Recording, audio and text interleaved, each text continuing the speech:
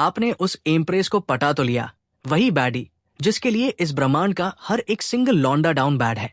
लेकिन सच बताओ तो आपकी कोई वाइब मैच नहीं हो रही, क्योंकि 10 साल की शादी में उसने आपको अपनी छोटी उंगली पिंकी फिंगर तक टच नहीं करने दी।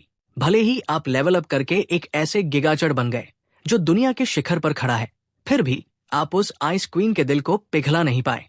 अब आप 10 साल पहले री इनकारनेट हो चुके हो और आपने फैसला कर लिया है, ना, मैं इस एम्प्रेस के पीछे भागना बंद कर रहा हूं।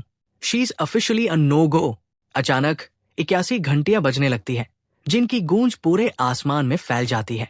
मुख्य हॉल, मेन हॉल से एक करारी टूटने की आवाज आती है। वही उस कीमती इंपीरियल सील पर एक दरार जंगल की आग की तरह फैलने लगती है। सील की रखवाली कर रही 2 फीमेल गार्ड्स तुरंत डर के मारे फर्श पर लेट जाती है। ठीक उसी पल आपके दिमाग में वो जाना पहचाना सिस्टम नोटिफिकेशन पिंग करता है। इंपीरियल सील टूट चुकी है। होस्ट, इंसानी नस्ल की किस्मत, लक को स्थिर करने के लिए सील को रिपेयर करो। अपनी पिछली जिंदगी में आपने बिल्कुल यही गड़बड़ की थी। आप सील ठीक करने के लिए लपके, जिससे इमॉर्टल एम्परर का ध्यान आप पर गया, जिसकी वजह से आखिरकार आपकी शादी लुओ यू फेंग से हो गई और आपकी मौत तक आपको हरम में 10 साल का शुद्ध अकेलापन मिला। अब जब आप रिस्पॉन हो चुके हो, तो आपने खुद से वादा किया है कि आप दोबारा किसी सुंदर चेहरे के जाल में नहीं फंसने वाले। मेन हॉल में लुओ यू फेंग एक ठंडे डेडपेन एक्सप्रेशन के साथ अपने अधिकारियों को घूरती है। No vibes detected. वो बिना एक शब्द बोले उस टूटी हुई सील को उठाती है और पीछे के कमरे, बैक चेम्बर में चली जाती है। हर कोई फर्श पर घुटनों के बल बैठा रह जाता है। एक्सट्रीमली ऑकवर्ड सिचुएशन है। किसी को समझ नहीं आ रहा कि वो उठें या झुकना जारी रखें। अपनी पिछली जिंदगी में आप प्लॉट को ट्रिगर करने के लिए परछाइयों में छिपकर उसके पीछे पीछे जा रहे थे, लेकिन इस बार ना, आप 1 इंच भी नहीं हिल रहे। इसी बीच पीछे के कमरे में लुओ यू फेंग अपने सिंहासन से सटकर बैठी है। वो बस वहां वाइब कर रही है, एंट्रेंस को ताक रही है, लो की इंतजार कर रही है कि कुछ हो, क्योंकि अपनी पिछली जिंदगी में ठीक इसी वक्त उसका पति दबे पाव उसके पीछे आया होता। लेकिन हॉल का दरवाजा बिल्कुल खामोश है। Talk about a major L for the plot. थोड़ी देर इंतजार करने के बाद लुओ यू फेंग चिढ़ जाती है और हाथ हिलाती है। जाओ ली चेंकिंग को लेकर आओ। अगर वो ना आए तो उसे जंजीरों में जकड़कर यहाँ खींच लाओ। कुछ ही देर बाद गार्ड्स सच में ली चेंकिंग को पीछे के कमरे में घसीट लाते हैं। तुम इसे ठीक करने वाले हो या नहीं? लुओ यू फेंग की आवाज एकदम बर्फीली ठंडी है, जो पूरे कमरे में गूंजती है। ली चेंकिंग रिफाइनमेंट का गोट है। आपके अलावा वो इकलौता है जो इस सील को ठीक कर सकता है। ये बंदा ली चेंकिंग एक नंबर का मैनेस है। खुद पर किसी का कंट्रोल न रहे, इसके लिए उसने सचमुच अपने ही खानदान का सफाया कर दिया था। एकदम कोल्ड ब्लडेड चाल। वो एक साइकोपैथ की तरह हंसता है और उगलता है। यही होता है जब तुम किसी औरत को सिंहासन पर बैठने देते हो। यही होता है जब तुम किसी औरत को सिंहासन पर बैठने देते हो। ये एक बहुत बड़ा रेड फ्लैग है, पूरी मानव जाति के लिए सरासर अपमानजनक। लेकिन लुओ यू फेंग वो ऐसे रिएक्ट कर रही है जैसे उसने पहले ही स्पॉयलर्स देख लिए हों, बस महल के दरवाजे को खाली नजरों से देख रही है। अचानक एक सेवक कहीं से प्रकट होता है और दावा करता है कि एम्प्रेस पीछे के कमरे में आपसे बात करना चाहती है। आप पूरी तरह शूक हो जाते हो। उसके पीछे पीछे चलते हुए सोचते हो, रुको, आखिर चल क्या रहा है? भाई, मैं एक सीक्रेट क्राफ्टिंग गॉड हूं। लेकिन लुओ यू फेंग को ये बात अभी पता नहीं होनी चाहिए थी, है ना? ऊपर से मैं इस प्लॉट को लीक से हटकर स्पीड रन कर रहा हूं। वो मुझे अभी बाहर क्यों बुला रही है? लुओ यू फेंग धीरे से खड़ी होती है। थोड़ी फ्रेजल दिख रही है क्योंकि वो खुद को संभाल रही है। कान के पीछे उसके बिखरे बाल हैं। सबका जबड़ा फर्श पर गिर चुका है। ये वाइब ली चेंकिंग के उस क्रिंज भाषण से बिल्कुल 180 डिग्री अलग है, और ये निश्चित रूप से वो स्टोइक ठंडी एम्प्रेस वाली एनर्जी नहीं है जिसकी हमें आदत है। फिर वो आपकी आंखों में आंखें डालती है, एकदम सॉफ्ट होकर कहती है, क्या तुम इसे ठीक कर सकते हो? आप बस वहां खड़े हो, पूरी तरह से एनपीसी मोड। आपके मुंह से निकल जाता है, ना, कोई आइडिया नहीं है। सच कहूं तो अगर इस दुनिया के फिजिक्स अभी भी काम नहीं कर रहे होते तो आपको लगता कि आप किसी अजीब मल्टीवर्स ग्लिच में इससे कैडी हो गए हो। आप इस प्लॉट को गोस्ट करने के लिए पूरी तरह अड़े हुए हो। एक बार जब ये सर्कस खत्म हो जाएगा तो आप रफू चक्कर हो जाओगे, पूरे घुमक्कड़ नॉमैड बन जाओगे और एक सिंपल सी मेन कैरेक्टर बीवी ढूंढकर वो लो की लाइफ जियोगे। आप अपनी बात खत्म करते हो, तुरंत खिसकने, डिप करने के लिए तैयार, एक निंजा की तरह अपने आसपास का जायजा लेते हुए। लुओ यूफेंग सीधे अपने दिमाग में ही खोई हुई है। जब वो गहरी सोच में होती है तो आप कहते हो, अगर और कुछ नहीं है तो मैं चलता हूं। इससे पहले कि आप अपनी बात पूरी कर पाते, वो आपकी बात बीच में ही काट देती है, एकदम डेड सीरियस होकर। मुझे पता है तुम कर सकते हो। पूरा कमरा सचमुच अपना आपा खो रहा है। उनकी नजरों में आप सिर्फ एम्प्रेस के पर्सनल पार्टी एनिमल हो। आपको कब से गियर क्राफ्ट करना आ गया? आप बस वहां खड़े हो, कंफ्यूज एज हेल। इसी बीच ली चेंकिंग का दिमाग पूरी तरह सटक चुका है। एलएमएओ, ये वो एम्प्रेस है जिसे तुम लोगों ने चुना था? गंभीरता से, पतन आधिकारिक तौर पर शुरू हो चुका है। लड़कों, इस कचरा क्वीन, ट्रैश क्वीन को देखो। ये वास्तव में इतनी डेस्परेट है कि किसी बेरोजगार लूजर, जॉबलेस लूजर से शाही कलाकृतियों, इंपीरियल आर्टिफैक्ट्स को ठीक करने के लिए कह रही है। Your cooked. ली चेंकिंग के इस अनहिंज मोनोलॉग को सुनकर, उस पूरे जोकर की बकवास सुनकर आप आधिकारिक तौर पर स्पीचलेस हो चुके हो। भाई पागल हो गया है। Brother is moving mad. लू यू फेंग के बारे में जो बकवास करनी है करो, पर मुझे इस ड्रामे में क्यों घसीट रहे हो? ब्रो, बाकी सब लोग आपको ऐसे देख रहे हैं जैसे आप कोई बहुत बड़े जोकर हो, लेकिन लू यूफेंग को उनकी कोई परवाह नहीं है। उसकी आंखें आपकी आंखों पर टिकी है, फिर वो आगे झुकती है, अपना चेहरा ठीक आपकी आंखों के लेवल पर लाती है। हम 4 इंच से भी कम दूरी की बात कर रहे हैं। 0 पर्सनल स्पेस। गाइस, आप सचमुच हिल जाते हो, और फिर अचानक उसका हाथ आपके सिर के ऊपर पहुंचता है। वो धीरे से आपके गाल को छूती है और फुसफुसाती है, क्यों ना हम बस एक कोशिश करके देखें? वो कहती है कि उसे आप पर भरोसा है। आप पूरी तरह सुन्न, फ्रोजन सॉलिड हो जाते हो, एक पल के लिए भी हिलने में असमर्थ। ल्यू यूफेंग को इस रूप में देखना आपको पूरी तरह से डाउन बैड बना देता है। वो इसे फिर से दोहराती है, वो कोमल आवाज एकदम अलग फील देती है। हिट्स डिफरेंट, मुझे तुम पर भरोसा है। भाई मैलफंक्शन कर रहा है, सचमुच हिल नहीं पा रहा। ल्यू यूफेंग का ये रूप आपको पूरी तरह स्पाइरल कर रहा है। सच में आपका दिमाग आधिकारिक तौर पर चैट छोड़कर जा चुका है। Left the chat. मतलब अभी असल में चल क्या रहा है? पहली बार उसकी आंखों में देखो तो उनमें वो पुरानी ठंडक नहीं है, कोई मैं तुमसे बेहतर हूं वाली एनर्जी नहीं है। इसके बजाय वे चमक रही है, आपके दिल के साथ कुछ ऐसा कर रही है जिसके लिए आप तैयार नहीं थे। आप अब पूरी तरह से ग्लेज कर रहे हो। उसे कभी इस तरह नहीं देखा। ल्यू यूफेंग इतनी सॉफ्ट हो रही है, और मंत्री, यहां तक कि ली चेंकिंग भी शुद्ध अविश्वास में देख रहे हैं।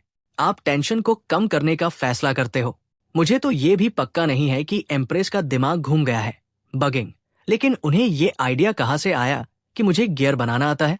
इस रोमांटिक सेटअप के बीच आप उन्हें अब तक का सबसे I am just not built for this वाला जवाब दे मारते हो। ल्यू यूफेंग ने उम्मीद नहीं की थी कि आप इतने नासमझ, डेंस होंगे, और वो कंफ्यूज्ड है कि आप इस जिंदगी में इतनी सावधानी से क्यों चल रहे हो, जैसे क्या सच में कुछ गड़बड़ है? इसी बीच ली चेंकिंग फर्श पर किसी विलेन की तरह लोट कर हंस रहा है। सब देखो, उस महान सम्राट को देखो जिसका तुम समर्थन कर रहे हो। वो पूरी तरह से एक एनपीसी है जो इस तरह के रद्दी स्तर, ट्रैश टियर के लीडर से मानवता को बचाने की उम्मीद कर रही है। हंसते रहो लोगों, किंग जिंग की सेना जल्द ही आने वाली है, और तुम में से कोई भी बचकर नहीं निकलने वाला। ली चेंकिंग की इस बकवास ने पूरे कमरे में सन्नाटा पसरा दिया। हर कोई एक ही बात सोच रहा है, ल्यू यूफेंग को क्या हुआ है? क्या उसने बस 2 सेकंड में अपनी पूरी पर्सनालिटी बदल ली? वो खुद को समझाने की जहमत तक नहीं उठाती। जब आप दूसरी बार अपनी स्किल्स के बारे में झूठ बोलते हो, कैप करते हो, अगर तुम मदद कर सकते हो तो बहुत बढ़िया, वो एक डब्ल्यू होगा, लेकिन अगर नहीं तो कोई तनाव नहीं। मैंने अपनी पिछली जिंदगी में तुम्हें वैसे ही काफी कैरी किया है। अब इस जिंदगी में अपनी खुद की ग्राइंड शुरू करने का समय आ गया है। उसने आपकी तरफ बिना किसी कड़वाहट, सॉल्टनेस के देखा, बस अपने होठों को एक हल्की मुस्कान में समेट लिया। उसने अपना हाथ उठाया और आपको हैरान करते हुए आपके गाल पर एक छोटा सा पिंच किया और बम फोड़ दिया। कोई बात नहीं, मैंने बस गलियारों से सुना था कि तुम आर्टिफैक्ट क्राफ्टिंग में लोकी एकदम क्रैक्ड हो, है ना? डर लग रहा है क्या? जाओ अपनी सीट पर बैठो और थोड़ी देर चिल करो। लुओ टियानफेंग ने ये वाक्य पूरा किया और सिंहासन की तरफ बढ़ गई। जिस सेकंड वो खड़ी हुई, वो ठंडी मेन कैरेक्टर एनर्जी, जिसे हम सब अच्छी तरह जानते हैं, तुरंत पूरे हॉल में फैल गई। कमरे में हर किसी की रीढ़ में सिहरन दौड़ गई, जबकि आप बस वही जमे हुए खड़े रहे, अपने उस गाल को पकड़े हुए जिसे उसने सचमुच अभी पिंच किया था। आप बस उसकी पीठ को घूर रहे हो, पूरी तरह से ब्रेन रॉटेड और हैरान। रुको, क्या उसने अभी अभी मुझ पर स्पीड ब्लिट्स मार दिया?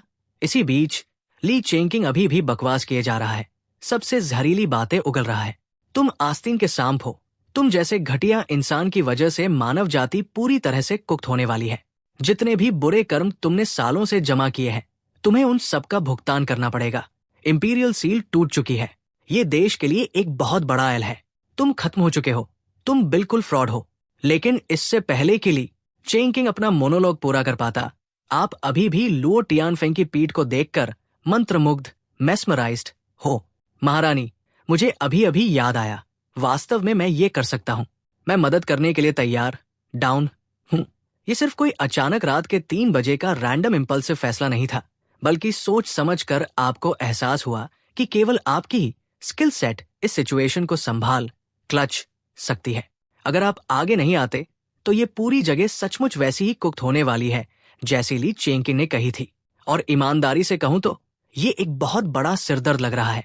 लुओ टियानफेंग के साथ आपकी एकमात्र शिकायत बीफ ये थी कि शादी होने के बाद चीजें कैसे खराब हुई। अब पीछे मुड़कर देखने पर आपको एहसास होता है कि आप बस ड्रामे के चक्कर में अंधे हो गए थे। मेरा मतलब है, असल में उसकी क्या वाइब है? लुओ टियानफेंग का क्या सीन है? भले ही उसने आज ही आधिकारिक तौर पर सिंहासन संभाला है, लेकिन आपको याद रखना होगा कि वो काफी समय से शो चला रही है। जैसे कि जब से आप 10 साल पहले पहली बार शंघाई कॉन्टिनेंट में इससे कैडी हुए थे। ये औरत एक कोल्ड ब्लडेड सैवेज है जो गेम नहीं खेलती। बड़े मंत्रियों के लिए कोई भी गलती मूल रूप से मौत की सजा है। वो इन लोगों को आवारा कुत्तों की तरह ट्रीट करती है। जब मन करे तब उन्हें बंद कर देती है या निपटा देती है। ऐसी वाइब के साथ आप भला एक शांतिपूर्ण घरेलू जीवन, चिल होम लाइफ की उम्मीद कैसे कर सकते हैं? कोई चांस ही नहीं है कि इससे हैप्पीली एवर आफ्टर वाली फैमिली डायनामिक बनेगी। इसके अलावा हमें लुओ टियानफेंग के स्टेटस के बारे में भी बात करनी होगी। उससे शादी करना ना ब्रो, मूल रूप से आप ही उसके कबीले में ब्याह कर जा रहे हो। एक बार जब आपको एहसास होता है कि चीजें सूज संदिग्ध हैं और आप खिसकने डिप करने की कोशिश करते हो, तो पहले ही गेम ओवर हो चुका होता है। Your cooked. वो सचमुच बहुत ज्यादा क्रैक्ड कमाल की है। अभी बाकी प्रजातियां जैसे दानव, डीमंस और जंगली जानवर बीस्ट्स, उन सभी के पास कमान संभालने के लिए असली ग्रेट एम्परर्स हैं। इस बीच मानव जाति के पास एकमात्र स्यूडो एम्परर के रूप में केवल लू टियानफेंग है। वो अकेली ही टीम को कैरी कर रही है। ऊपर से शाही दरबार अंदर से सड़ रहा है। आपके पास ये दिमाग से पैदल ब्रेन डेड मंत्री है जो पंथों, सेक्स के साथ मिले हुए हैं, कुछ भी काम नहीं कर रहे, बस राजनीति खेलने और भ्रष्टाचार को स्पीडरन करने में व्यस्त है। इससे सिर्फ आम लोग ही नहीं भुगत रहे हैं, पूरा कल्टिवेशन वर्ल्ड बिल्कुल तबाह हो चुका है।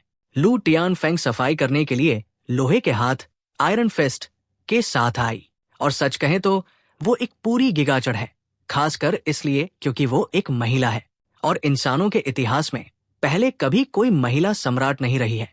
तो जाहिर है हारने वाले नफरत करने वालों, एल टेकिंग हेटर्स का एक झुंड उसके अधिकार का सम्मान करने से इनकार करता है। ली चंगजिंग उस फ्रॉड का सबसे बड़ा उदाहरण है। आप अच्छी तरह जानते हैं कि जब उसने पहली बार सिंहासन संभाला था तो चीजें कितनी हिंसक थी। फिर भी केवल 10 वर्षों में उसने मानवता को कीचड़ से बाहर निकाला और वापस उसके चरम पीक पर पहुंचाया। भले ही आप हमेशा उसके तरीकों से सहमत वाइब न हो, लेकिन सच का सामना करते हैं। वही एकमात्र ऐसी है जो वास्तव में मानव जाति को बचाने में सक्षम है। और फिर भी मानवता के इस इकलौते मसीहा को ली चंगजिंग जैसे सड़ते हुए एनपीसी द्वारा बदनाम किया जा रहा है। यार, ये बात आपको बिल्कुल हजम नहीं हो रही। और हाँ, लोगों को लू टियानफेंग के बारे में बकवास करते सुनना आपके लिए एक बहुत बड़ा एल है। मेरा मतलब है, आप दोनों की शादी को 10 साल हो चुके थे और आप हमेशा से अपनों को प्रोटेक्ट करने वाले टाइप रहे हो। इस टॉक्सिक किस्मत वाले कनेक्शन को देखो तो इसकी शुरुआत कुछ दिनों बाद तब हुई थी जब इमॉर्टल एम्परर ने पीछे से अपनी चालें चली थी। अपनी पिछली लाइफ में ठीक इसी समय आप इमॉर्टल एम्परर के प्रेशर में आकर फोल्ड हो गए थे और शादी के लिए हाँ कर दी थी। लेकिन इस बार ना, सीधे उसे एक हार्ड नो सुनाओ और आगे बढ़ो। पिछला रन सिर्फ इसलिए बर्बाद हुआ क्योंकि आप उसके लुक्स पर डाउन बैड थे। उस समय तो लू टियानफेंग खुद भी ये नहीं चाहती थी, लेकिन चूंकि आपने हाँ कह दिया था, इसलिए उस बूढ़े इमॉर्टल एम्परर ने गाड़ी फुल स्पीड में दौड़ा दी। इस बार मैं भी मना कर रहा हूं और वो भी मना कर रही है, तो अगर हमारी शादी ही नहीं होगी तो वो सारा ड्रामा भी नहीं होगा। Easy clap. भाई के इस अचानक यस ने कमरे के हर बंदे को बिल्कुल एक एनपीसी बना दिया। लैक टियानफेंग ने पूरा 180 डिग्री का यूटर्न ले लिया। उसकी वो आइस क्वीन वाली वाइब और सचमुच हवा हो गई। वो अपनी खुशी, हाइप छुपा नहीं पाई और आपकी तरफ मुड़कर बोली, वेट, सच में? भले ही लैक टियानफेंग भी आपकी तरह एक रिग्रेस है और भले ही वो खुद इंपीरियल सील को ठीक नहीं कर सकती थी, पर अकेले दम पर मोर्चा तो संभाल ही सकती थी। लेकिन उस तरह से करना एक बहुत बड़ा एल होता और जरूरत से ज्यादा सिरदर्द, स्ट्रेस का काम होता। अपनी पिछली लाइफ में उसे इंसानी नस्ल को वापस उसके पीक पर लाने में 10 साल लग गए थे। लेकिन चलो सच का सामना करते हैं, आपके बिना तो ये नामुमकिन ही था, है ना? अगर उसे 500 साल भी मिल जाते तो भी वो आखिरकार फंबल्ड द बैग, मामला बिगाड़ ही देती। एक गलत चाल और खेल खत्म, गेम ओवर। लेकिन इस तरह आपके अचानक अपना फैसला बदलने से लैक्शन फू वैंग अंदर ही अंदर लोकी हैरान थी, खासकर तब जब आप अभी एक सेकंड पहले इतने अड़े हुए थे। वो सोच रही है, क्या पतिदेव हबी ने सिर्फ इसलिए अपना इरादा बदल लिया क्योंकि उस जोकर ली चुआंग ने बकवास करना शुरू कर दिया था? उसका दिल पिघल गया। हबी सचमुच सबसे असली रियलिस्ट बंदा है, नो कैप। इसी बीच ली चुआंग टैन का पूरा ग्रुप लू कैन को एकदम हैरान होकर घूर रहा था। लेकिन गंभीरता से, जब आपने पहले ही हाँ कह दिया है तो अब टाइम वेस्ट करना, स्टॉलिंग बंद करो और काम पर लग जाओ। अचानक क्लैंग, एक बहुत बड़ी बगुया कढ़ाई कॉल्ड्रन ठीक सिंहासन वाले कमरे के बीच में प्रकट स्पॉन होती है। महारानी, अपनी शाही मुहर इंपीरियल सील मुझे सौंपिए। आप अपने सेटअप के सामने खड़े होकर लैक्शन फू वैंग को एक असली चैट की तरह देखते हो। वो अभी भी सदमे से उबर ही रही थी। बाहर से तो उसने अपना वो ठंडा शाही चेहरा, पोकर फेस बनाए रखा था, पर अंदर ही अंदर वो पूरी तरह से फैंगल बनी हुई थी। आपको इस तरह काम संभालते देखकर उसे लगा, हबी सचमुच चीज ही अलग है यार। लैक्शन फू वैंग आधिकारिक तौर पर आपके लिए अपने सिंप मोड वाले एरा में कदम रख चुकी है। अगले ही पल वो उस चमकती हुई सुनहरी सील को सीधे आपके हाथों में फेंक देती है। आपने बिना किसी हिचकिचाहट के उसे कढ़ाई में डाल दिया और आग की लपटें बिल्कुल जंगली फेरल हो गई। सारे मंत्री घबरा रहे थे कि क्या ये सच में इसे ठीक करने वाला है, क्या हम वाकई इस बंदे पर भरोसा कर रहे हैं? और बिल्कुल सही समय पर ली चुआंग चिल्लाया, एलएमएओ, इस वहमी रानी डिल्यूजनल क्वीन ने सच में इस लड़के को इसे ठीक करने दिया? न्यूज फ्लैश, ये जो भट्टी इसने निकाली है ये हथियार बनाने, क्राफ्टिंग गियर के लिए है ही नहीं। ली चुआंग किंग को ये साफ साफ समझाने की जरूरत भी नहीं पड़ी, क्योंकि जैसे ही आपने वो भट्टी निकाली हर कोई समझ गया कि लू कैन का ये टूल तो केवल दवाइयाँ, पिल्स बनाने के लिए है ना? ये एक एल्केमी भट्टी फर्नेस है ब्रो। इसका हथियार बनाने से क्या लेना देना? बड़े बड़े उस्ताद, बिग शॉट मास्टर्स पूरी तरह से बौखला रहे हैं, ट्वीकिंग इस बात से घबराए हुए हैं कि अगर आप इसे ठीक नहीं कर पाए, अगर आपने इस इंपीरियल आर्टिफैक्ट को हमेशा के लिए बर्बाद ब्रेक कर दिया ब्रो, शाही कलाकृति को छोड़ो, अगर कोई और दरार आ गई तो तुम उस चीज के टुकड़े टुकड़े कर दोगे। एक सेकंड के भीतर सारे उस्तादों ने अपने सिर लुओ टियान हुआंग की तरफ घुमाए, लेकिन इससे पहले कि वो अपना मुंह भी खोल पाते उसने उनकी तरफ देखा तक नहीं। उसने सीधे उनसे अपना बकवास मुंह बंद रखने, शट द हेल अप को कह दिया। उसके एक शब्द से ये सारे खुद को उस्ताद समझने वाले अपनी पैंट में कांपने लगे। आपने इन एनपीसीज को कोई सफाई देने की जहमत तक नहीं उठाई, क्योंकि आप ऐसा क्यों ही करेंगे? क्या मैं ऐसा दिखता हूं जिसे एक पिल फर्नेस और एक लोहार की भट्टी फोर्ज के बीच का अंतर न पता हो? ये सिस्टम द्वारा गिफ्ट की गई एक बगुया भट्टी है। ये एक मल्टीपर्पज बीस्ट है जो दोनों काम करती है बेबी। अगले ही सेकंड आपने काम शुरू कर दिया और आपकी तकनीक को देखकर उस्तादों को शुद्ध कंफ्यूजन से चक्कर आने लगे। जैसे, ये लू टियान युअन अभी कर क्या रहा है? आप सचमुच उस शाही कलाकृति को लेकर सिर के बल भट्टी के अंदर घुस गए, जबकि आपका निचला आधा हिस्सा बाहर लटक रहा था और आप पूरी दुनिया के सामने अपने विशाल हिप्स, जाइंट केक्स मटका रहे थे। मतलब, ये कैसा डांस स्टेप कोरियोग्राफी है? तुम इसे क्राफ्टिंग कहते हो? क्या भाई अपनी खुद की चिता जलाने का स्पीड रन कर रहा है? कोई जाकर इसे बाहर निकालो यार। क्या हम सच में ये सब होने दे रहे हैं? महारानी, आप ये देख रही है? लेकिन लू टियान युअन को रत्ती भर भी परवाह नहीं थी। वो अच्छी तरह जानती है कि आप क्या कर रहे हो, और चलो सच कहें तो उसने अपनी पूरी लाइफ में ऐसा जबरदस्त फ्लेक्स कभी नहीं देखा था। वो ईमानदारी से अंदर ही अंदर लोकी इम्प्रेस थी। इसी बीच आप अभी भी उस बगुया भट्टी में आधे डूबे हुए हो। बाहर बैठी इस फालतू की भीड़, पीनट गैलरी को कोई सफाई देने की रत्ती भर भी परवाह नहीं कर रहे, ये अच्छी तरह जानते हुए कि लू टियान युअन बाद में इसके बारे में वैसे भी पूछने वाली है। बिल्कुल आपकी पिछली जिंदगी की तरह। जब भी हम आपके इस यूनिक क्राफ्टिंग स्टाइल की बात करते हैं, तो आपको पता है कि पर्दे के पीछे असली एमवीपी तो आपका सिस्टम ही है। आपका पावर सोर्स किसी भी दूसरे इसे के मेन कैरेक्टर की तरह ही है, पूरी तरह सिस्टम पर निर्भर। आमतौर पर ये सिस्टम एमसी को एक बड़ा एक्सपी बूस्ट दे देते हैं, या फिर ग्राइंड को स्पीडरन करने के लिए कुछ पेटविन आइटम्स दे देते हैं। पर आपका सिस्टम ना, आपका सिस्टम बिल्कुल अलग मिट्टी का बना, बिल्ट डिफरेंट है। देखो, इस इमॉर्टल मार्शल कॉन्टिनेंट के कल्टीवेटर्स अपने स्टैट्स बढ़ाने के लिए स्पिरिट एनर्जी को ग्राइंड करते हैं।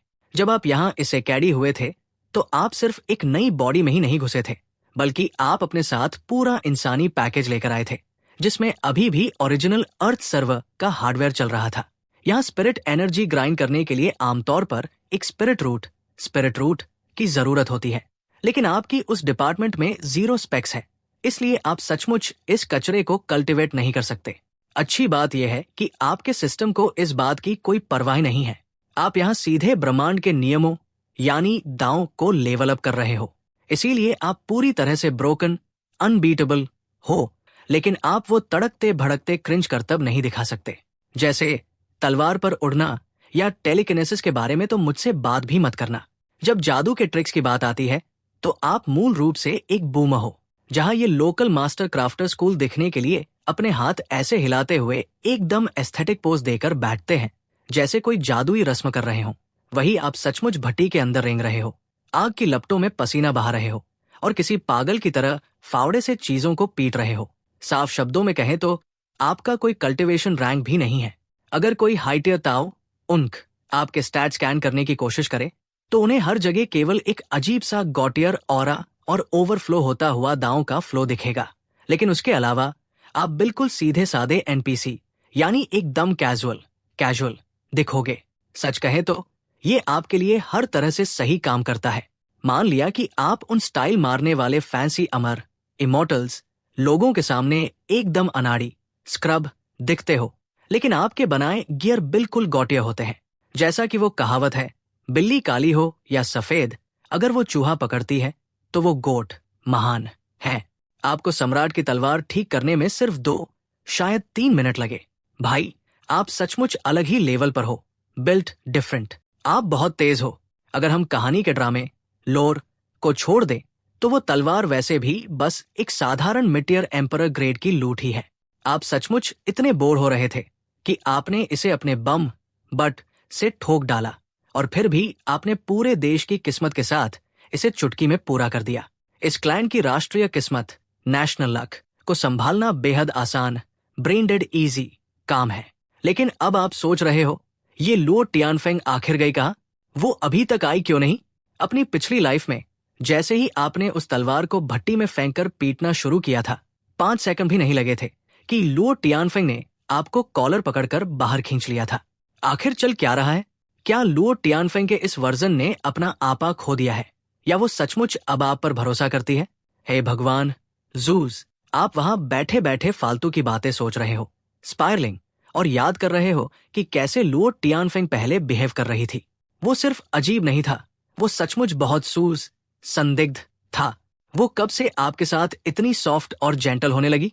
ब्रो, क्या हम सच में किसी दूसरी डायमेंशन, ऑल्टरनेट डायमेंशन में आ गए हैं? क्या मेरा दिमाग घूम गया है?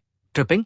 एक बार जब मैं बाहर आऊंगा तो मुझे गहराई से इस इतिहास लोर को खंगालना होगा और जबरदस्त रिकॉन लेनी होगी। क्या ये सचमुच कोई पैरेलल यूनिवर्स है या कुछ और? अगर ये एक मिरर वर्ल्ड है और इसकी पर्सनालिटी बदल गई है तो क्या इसका मतलब यह है कि इस टाइमलाइन वाली और मैं वेट, रुको जरा, ऐसा सोचना बंद करो, अपने आप को संभालो भाई। धिक्कार है, मैं फिर से इस जाल बेट में फंस गया। मैं कभी सबक क्यों नहीं सीखता? भले ही ये कोई दूसरी टाइमलाइन हो, मैं लुओ टियानफेंग के साथ सेटल नहीं होने वाला। सिर्फ एक मामूली से पेड़ मिड ट्री के लिए पूरे जंगल को क्यों खोना? ये मानसिक तनाव, मेंटल डैमेज झेलने लायक बिल्कुल नहीं है। जब आप उस एथ ट्राइग्राम्स भट्टी फर्नेस के अंदर बैठकर अपना खुद का एक छोटा सा मिड लाइफ क्राइसिस मना रहे हो, बाहर खड़े ऊंचे पदों वाले अधिकारी पूरी तरह से अपना आपा खो रहे हैं, पागलों की तरह घबरा रहे हैं। भट्टी के अंदर से ठोक नटने की आवाज आखिरकार बंद हो गई, लेकिन आप अभी भी बाहर नहीं आ रहे हो। ऊपर से हर किसी ने महसूस किया कि महारानी का ऑरा अचानक से डगमगाया और फिर बूम, वो पूरी तरह गायब हो गया। असल में चल क्या रहा है? क्या ऐसा हो सकता है कि लू टियान ने गलती से महारानी को निपटा दिया, क्लैप्ड, और अब वो बाहर आकर सिचुएशन का सामना करने से डर रहा है? कैबिनेट के मुखिया ली झंग से आखिरकार और सहा नहीं गया और उन्होंने एक गहरी सांस ली। महारानी, आपको सचमुच इतनी लापरवाही नहीं बरतनी चाहिए थी।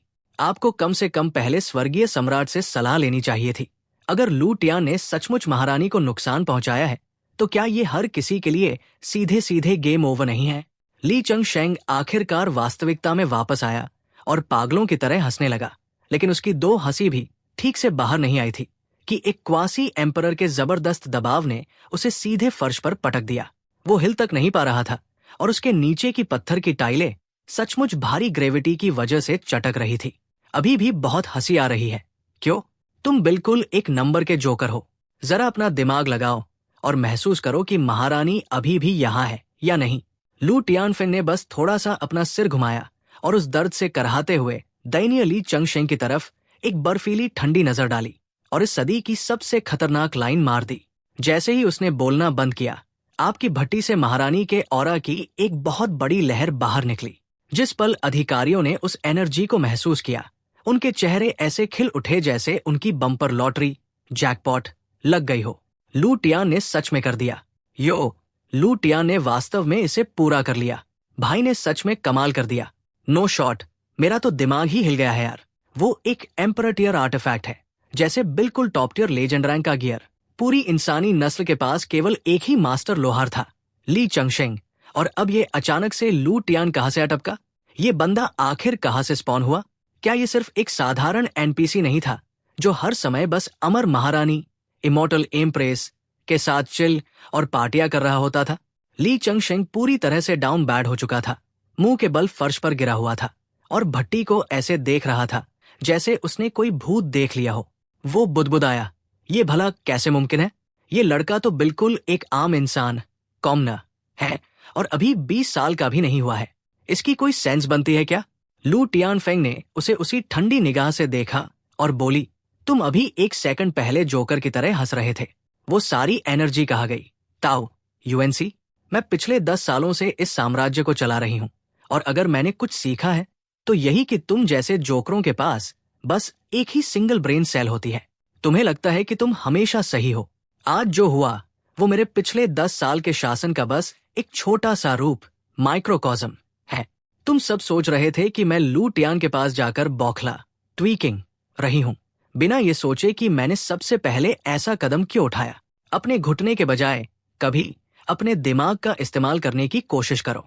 अगर तुम लो आईक्यू वाले एनपीसीज को ये चाल समझ आ जाती तो तुम्हें वाकई लगता है कि मुझ जैसी जीनियस ने पहले से ही इसका हिसाब किताब नहीं लगाया होगा। ली चेंकिंग आखिरकार इस सदमे से बाहर आता है, अपने दांत पीसते हुए चिल्लाता है, तो क्या हुआ अगर तुमने उस कलाकृति को ठीक कर दिया? वो अभी भी एक टूटी फूटी चीज ही है। वो पहले ही एक बार टूट चुकी है ना? इसके बिखरने की आवाज पूरे मानव साम्राज्य में गूंज गई थी।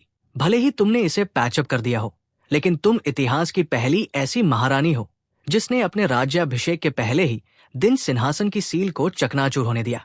ली चेंकिंग बिल्कुल एक सांप की तरह बर्ताव करने लगता है और कुटिलता से हंसते हुए कहता है, तुम्हारी इज्जत तो अब पूरी तरह मिट्टी में मिल चुकी है।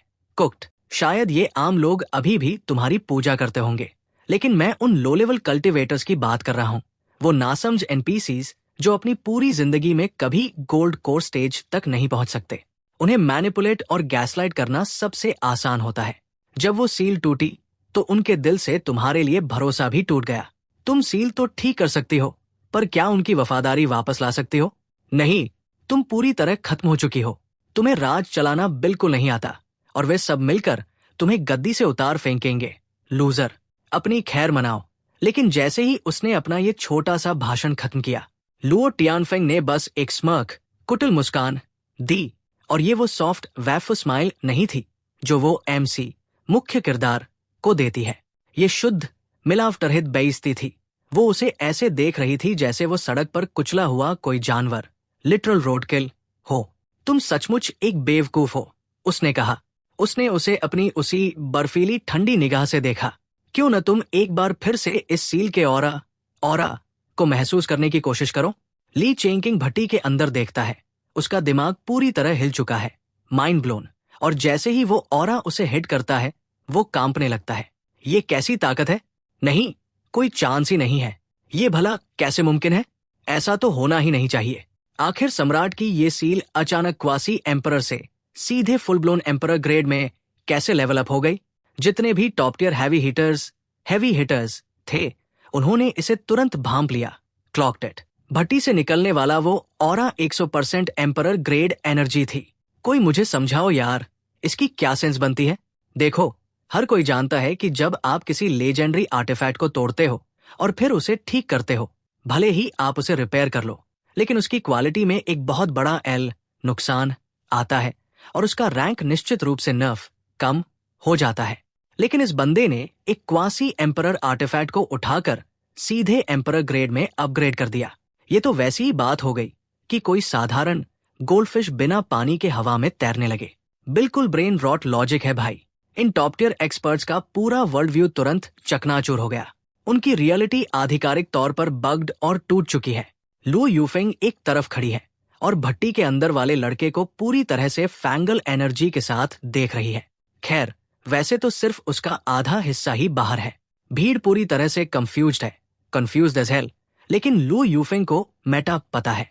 वो जानती है कि उसका पति हबी सिर्फ स्पिरिट एनर्जी स्पैम नहीं कर रहा है, वो सचमुच हेवनली दाव को हैक कर रहा है। जब वो आर्टिफैक्ट को फोर्ज कर रहा था, उसने अपने हेवनली दाव हैक्स को सीधे सील के अंदर डाल दिया। वो मूल रूप से भौतिकी के नियमों, लॉज ऑफ फिजिक्स, को दोबारा लिखने के लिए एडमिन प्रिविलेजेस का इस्तेमाल कर रहा है। इसीलिए सील का लेवल अप हो गया। अगर वो चाहता है कि मछली उड़े, तो वो मछली उड़कर दिखाएगी। No cap. उसका बंदा बिल्कुल अलग ही लेवल का, बिल्ट डिफरेंट है। और भीड़ को अब समझ आ रहा है कि वो किसी गिगा चैट को देख रहे हैं। सील क्वासी से सीधे फुल एम्परर ग्रेड में चली गई। No debate. लियू वायु फेंग अपने कपड़ों को मक्खन की तरह स्मूथ करके ठीक करती है, फिर घूमती है और एक बॉस की तरह उस बड़े से सिंहासन पर विराजमान हो जाती है। नीचे खड़े ली चोंगकिंग को, जो वहां एक कंफ्यूज एनपीसी की तरह खड़ा है, अपनी पत्थर जैसी ठंडी निगाहों से देखते हुए वो बम फोड़ती है। इंसानियत के पास पिछले 30,000 सालों से कोई सम्राट नहीं रहा है। बस यही वाइब सेट करने के लिए सिर्फ एक सेंटेंस काफी है। और इन मंझे हुए वेटेंटियर पॉलिटिकल शार्क्स ने तुरंत अपने रिएक्शंस को स्पीड रन करना शुरू कर दिया। ली जोंग ने तुरंत लियू वायु फेंग के सामने झुककर जोर से कहा, सील का क्वासी से एम्परर ग्रेड में अपग्रेड होना स्वर्ग से मिला एक दैवीय संकेत है। एक नया मानव सम्राट प्रकट होने वाला है, जो मानवता को वापस उसके सुनहरे युग, गोल्डन एरा में ले जाएगा। उसके बगल में खड़े प्रधानमंत्री ने भी तुरंत बहती गंगा में हाथ धो लिया। Hopped on the bandwagon. पुरानी सील वैसे भी औसत ही थी। ये नई सील कोई अपशकुन नहीं है। ये एक बहुत बड़ा जीत है। इसका मतलब है कि मानवता आखिरकार अपनी पुरानी बेड़ियों को तोड़ रही है। जब चापलूसी, ग्लेजिंग करने की बात आती है, तो इन राजनेताओं से बेहतर कोई नहीं कर सकता, जो हजारों सालों से इस खेल में है। गंभीरता से, ये लोग गैसलाइटिंग और हाइपमैन एनर्जी के फाइनल बॉस है। जब से सबको एहसास हुआ है कि इस इंपीरियल सील को वो एम्परर टियर वाला ग्लो अप मिल चुका है, उनके दिमाग ने गुणा भाग, डूइंग द मैथ, करना शुरू कर दिया है। अब आप कह सकते हो कि ल्यू वायु फेंग का राज्याभिषेक कोरोनेशन सिर्फ ठीक ठाक नहीं है, बल्कि ये तो एक नंबर की वाइब है। इतिहास के हर दूसरे सम्राट की तुलना में ये आधिकारिक तौर पर अब तक का सबसे महान गोटिया राज्याभिषेक है। हर कोई इसके लिए एकदम हाइप्ड है। ये सदियों में देखी गई सबसे असली लिजिट सेरेमनी है। अब भला अपशकुन के बारे में कौन बकवास करेगा या उसकी वैधता लेजिटिमेसी पर सवाल उठाएगा? वो नैरेटिव आधिकारिक रूप से खत्म डेड हो चुका है। और ली चोंग किंग जैसे हेटर्स, वो जोकर तो हमेशा उसे बदनाम करने के लिए अपनी रहस्यमयी भविष्यवाणियों का दिखावा करते थे, है ना? लेकिन अब उन्हें देखो, किसकी हिम्मत है जो अपना मुंह खोले? ब्रो, तुम्हें समझना होगा, मानव जाति के पास पिछले 30,000 सालों से कोई एम्परर टियर गिगा चैड नहीं रहा है। दानव, डीमन रेस, राक्षस, मॉन्स्टर रेस और जितने भी बाकी विरोधी ओपीएस हैं, उन सब के पास अपने अपने एम्परर लेवल के मॉन्स्टर्स हैं। असली खतरा वही है। पिछले 30,000 सालों से हमारे बॉर्डर्स को बाकी सब मिलकर कुक कर रहे थे, जबकि इंसान यहाँ आपस में ही एनपीसीज की तरह लड़ रहे थे। रैंक्स में सिर्फ तबाही और हर तरफ लगातार मिलने वाले एल्स नुकसान। लेकिन अब अचानक से एक नया एम्परर प्रकट होता है, एक परफेक्ट फ्लॉलेस सम्राट। ईमानदारी से वो बिल्कुल अलग ही लेवल की, बिल्ट डिफरेंट है। सारे सितारे सही जगह आ चुके हैं, वाइब्स एकदम कड़क है। लुओ वायु फेंग असल में वो मेन कैरेक्टर है जिसे ब्रह्मांड ने हमें आगे ले जाने, कैरी करने के लिए चुना है। इसी बीच आप अभी भी उस एल्केमी भट्टी में आधे फंसे हुए सोच में डूबे स्पायरलिंग हो। लुओ वायु फेंग ने मुझे अभी तक बाहर क्यों नहीं खींचा? वो मुझसे ये क्यों नहीं पूछ रही कि मैं इसके अंदर कर क्या रहा हूं? मैंने पूरी स्पीच तैयार करके रखी थी। वो मुझे अपनी सफाई देकर कुक करने का मौका क्यों नहीं दे रही? ये बात लो की सूज संदिग्ध है। अगर वो पूछेगी ही नहीं तो मैं इस सिचुएशन को संभालूंगा। फिनेसी, कैसे? आप भट्टी के अंदर अधीर हो रहे हो, शायद खुद ही बाहर निकल जाना चाहिए। आप इस बारे में सोचते हो, बाहर कूदने का फैसला करते हो और हाथों में इंपीरियल सी लिए सीधे लुओ वायु फेंग की तरफ बढ़ते हो। आप पूरे सम्मान का नाटक करते हुए इसे दोनों हाथों से आगे बढ़ाते हो। महारानी, मैंने इंपीरियल सील को ठीक कर दिया है। लुओ वायु फेंग सिंहासन पर बैठी आपकी तरफ देख रही है और उसका ठंडा दिल इस वक्त सचमुच पिघल रहा है। सोच कर देखो तो अपनी पिछली लाइफ में उसने कभी आपको ढंग से देखने का समय ही नहीं निकाला था। अब इस लाइफ में आपको देखकर उसे याद भी नहीं आ रहा कि आप तब कैसे दिखते थे। उसे बस ऐसा लग रहा है कि इस बार आप पहले से थोड़े ज्यादा फ्रेश और जवान, फ्रेशर एंड यंगर दिख रहे हो। लेकिन ईमानदारी से कहें तो वो आपकी हर अदा पर दिल हार रही है। Catching feelings. वो सोच रही है कि उसकी पिछली लाइफ में उसे क्या बीमारी थी। ऐसा बंदा 10 साल तक उसके साथ था और उसने ध्यान तक नहीं दिया। ये तो एकदम टॉप टियर जोकरपंती क्लाउन बिहेवियर है। वो पूरी तरह से डाउन बैड थी और उसे खुद भी नहीं पता था। लुओ वायु फेंग को एम्परर की सील सौंपो ब्रो। वो अब वापस उसके हाथों में है। आपको हल्की सी घबराहट, लो की स्वेटिंग हो रही है। आप इंतजार कर रहे हो कि कब लुओ वायु फेंग पूछेगी कि आपने उस चीज को कैसे ठीक किया। आपने अपने 500 आईक्यू वाले मूव को समझाने के लिए पूरी स्क्रिप्ट भी तैयार कर रखी है। लेकिन यहां आता है कहानी में प्लॉट ट्विस्ट। सील लेने के बाद लुओ वायु फेंग आपको बस एक बेहद सॉफ्ट फरिश्ते जैसी मुस्कान, एंजेलिक स्माइल देती है। वो मुस्कान पल भर में माउंट चांगशान के ग्लेशियर्स को पिघला दे। तुम बहुत थके हुए लग रहे हो, है ना? जाओ, जाकर बैठो और अपनी सांसें दुरुस्त करो। Catch your breath. उसकी आवाज एकदम अलग फील दे रही है, हिटिंग डिफरेंट। उसमें वो ठंडी आई एम द बॉस वाली एनर्जी भी है, लेकिन वो इतनी मीठी है जैसे कोई लिटरल सायरन सॉन्ग हो। आराम? सीरियसली ब्रो, मैं तो यहाँ लूट ड्रॉप का इंतजार कर रहा हूँ। उसका गियर बचाने के बदले मेरा इनाम कहाँ है? ये तो बिल्कुल वैसी वाइब दे रहा है। इट्स गिविंग जैसे पति 9 to 5 की नौकरी करके घर वापस आया हो और पत्नी बड़े प्यार से पेश आ रही हो। वेट पत्नी? अरे रुको जरा, मेरा दिमाग ऐसा क्यों सोच रहा है? बंद करो ये सब। लुओ वायु फेंग के विजुअल्स सचमुच बहुत ज्यादा ओपी, ओवरपावर्ड हैं यार। मेरा दिमाग सचमुच ग्लिच कर रहा है। मैं उसके चक्कर में लगभग अपना मानसिक संतुलन खोने वाला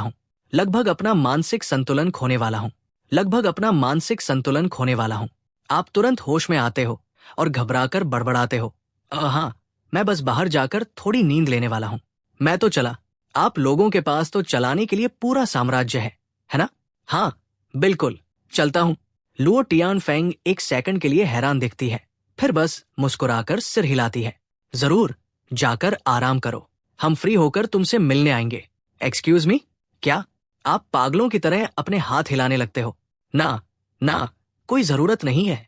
महारानी बहुत व्यस्त है। मुझ जैसे गरीब पीजेंट के लिए परेशान मत होइए। मैं खिसक रहा हूँ। डिपिंग। आप सचमुच दुम दबाकर भाग खड़े होते हो। आप पीछे मुड़कर उसे ऐसे देख रहे हो जैसे, क्या ये लड़की सच बोल रही है? उसे ऐसे देख रहे हो जैसे तुम सचमुच मुझे जाने दे रही हो। मैं सच में जा रहा हूँ, फॉर रियल। मतलब, तुम सचमुच मुझसे कुछ नहीं पूछने वाली? थोड़ी सी भी जिज्ञासा, क्यूरियस नहीं है? मैंने उस चीज को स्यूडो एम्परर ग्रेड से सीधे फुल एम्परर ग्रेड में कैसे बफ कर दिया? अभी भी दिलचस्पी नहीं है? माय ब्रदर इन क्राइस्ट, क्या तुम्हें सच में कोई फर्क नहीं पड़ता? मुझसे पूछो यार, कम ऑन, मुझसे सवाल करो। मैंने अपना तीखा और मजेदार जवाब पहले से ही लॉक और लोड करके रखा हुआ है। चौंकने का नाटक भी मत करना भाई। सच तो ये है कि ये जितने भी खुद को महान उस्ताद, ग्रेट मास्टर्स समझने वाले आसपास खड़े हैं, वे भी उतने ही संदिग्ध लग रहे हैं जितने तुम। लेकिन वो सम्राट, वो परम सिग्मा, उसे कोई परवाह नहीं है। एक भी सवाल नहीं पूछा गया। Total main character energy. महारानी लुओ टियानफेंग बस वही खड़ी रह जाती है, मानो एक पल के लिए समय थम गया हो। लुओ टियानफेंग सचमुच रियल लाइफ में लैग कर रही है। फिर अचानक एक धमाके की तरह ब्रेन ब्लास्ट, उसे कुछ याद आता है और वो आपकी तरफ तेजी से कदम बढ़ाने लगती है। मेरी गलती, मैं तो लगभग भूल ही गई थी। तुम्हें बाहर तक छोड़ने आना, वॉक यू आउट, लगभग भूल ही गई थी, वो कहती है। आप उसे अपनी तरफ आते देखते हो और पूछताछ, इंटेरोगेशन का सामना करने के लिए पूरी तरह तैयार हो जाते हो। आपने अपना जवाब ही याद कर रखा था, लेकिन तभी वो ये बम फोड़ती है। बाहर छोड़ने आना। बाहर कहाँ तक छोड़ना भाई? ठीक ठीक बताओगे? आप उसकी तरफ देखते हो, फिर मुख्य हॉल के दरवाजे की तरफ देखते हो। दरवाजे को ऐसे ताक रहे हो जैसे, वेट, क्या ये महिला सचमुच मुझे एक जेंटलमैन की तरफ बाहर एस्कॉर्ट कर रही है? ये तो बिल्कुल वैसी स्टे एट होम वाइफ वाली वाइब दे रहा है जो अपने पति को 9 to 5 जॉब पर जाते वक्त विदा करती है। क्या इसका सच में दिमाग सटक गया है? क्या ये आखिरकार पागल हो चुकी है? आप इस अजीब वाइब के बीच वहां रुकना नहीं चाहते, इसलिए आप बोल पड़ते हो, ना कोई बात नहीं, सच में। और फिर आप वहां से निकल लेते हो, बाउंस कर जाते हो, सचमुच हॉल से उड़कर बाहर भागते हुए सोचते हो कि आपको तुरंत हिस्ट्री की किताबें खंगालनी होंगी, क्योंकि आपको चेक करना है कि कहीं आप किसी ग्लिच्ड आउट पैरेलल यूनिवर्स में तो नहीं फंस गए हो, क्योंकि ये पूरी की पूरी रियलिटी ही गलत तरीके से बनी है, बिल्ट रॉन्ग। आप पहले ही मीलों दूर जा चुके हो, लेकिन लुओ टियानफेंग अभी भी गेट पर खड़ी है, चौखट से सटकर आपकी पीठ को दूर जाते हुए देख रही है और चिल्लाकर कह रही है, धीरे जाओ, कहीं गिर मत जाना, बुद्धू। जब आप आखिरकार नजरों से ओझल हो जाते हो, तो उसके चेहरे पर एक बहुत बड़ी चमकती हुई मुस्कान खिल उठती है। हाँ, वो सचमुच मुस्कुरा रही है और उसने राहत की एक बहुत बड़ी सांस ली, जैसे सारा दबाव, प्रेशर अचानक खत्म हो गया हो। इसी बीच हॉल में बाकी सब लोग बिल्कुल एनपीसी आईएनजीज कर रहे हैं, शुद्ध असमंजस में बस ताके जा रहे हैं। लुओ टियानफेंग कब से इतनी सॉफ्ट हो गई? ये वो वाइब तो बिल्कुल नहीं है जिसके लिए हम यहाँ आए थे। इससे पहले कि कोई भी इस ब्रेन रॉट को प्रोसेस कर पाता, वो मुड़ती है और वापस भीड़ की तरफ कदम बढ़ाने लगती है। और ठीक उसी सेकंड जब वो मुड़ती है, महल का विशाल दरवाजा धड़ाम से बंद हो जाता है। That's a wrap. अचानक एक जानलेवा ऑरा, मर्डरस ऑरा, एक मालगाड़ी, फ्रेट ट्रेन की तरह उस भव्य हॉल से होकर गुजरता है। हर किसी का खून जम जाता है। एक सेकंड पहले वहां वसंत ऋतु, स्प्रिंग वाइब्स का माहौल था, और अगले ही पल हम एक बर्फीले तूफान, लिटरल ब्लिजर्ड के बीच में खड़े हैं। किसी को अंदाजा नहीं था कि क्या चल रहा है, लेकिन एक बात बिल्कुल साफ थी, ली चोंगकिंग पूरी तरह से कुक्ड, खत्म हो चुका है। लुओ वायु एफआई से पंगा लेने की गलती कोई नहीं कर सकता। महारानी मूल रूप से एक चलती फिरती मौत की सजा, वॉकिंग एक्सिक्यूशनर है। उसके तरीके उतने ही खतरनाक है जितने उसके लुक्स 10/10 है। तो तुम अपना नाम इतिहास की किताबों में छोड़ना चाहते हो? लुओ वायु एफआई की आवाज पूरे हॉल में गूंज उठी, इतनी ठंडी कि नरक भी जम जाए। ली चोंगकिंग पूरी तरह शूक था, पर इससे पहले कि वो पलक भी झपका पाता, या यूं कहें कि इससे पहले कि लुओ वायु एफईआई उसे एक शब्द भी बोलने देती, उसने सीधे क्लैप्ड बैक किया। हम दोनों लगभग एक ही उम्र के हैं। तुम अभी भी इतने इमैच्योर और क्रिंज कैसे हो? इतिहास की किताबें? हनी, इतिहास एक कोठे की लड़की की तरह है। कोई भी इसे जैसे चाहे वैसे मैनिपुलेट कर सकता है। उसका एक एक शब्द एक घूंसे की तरह लग रहा था, जो फर्श पर उसकी हील्स की गूंजती हुई खट खट खट, क्लैक क्लैक क्लैक की आवाज के साथ परफेक्टली सिंक हो रहा था। हर कदम सचमुच ली चोंगकिंग की आत्मा पर तमाचा मार रहा था।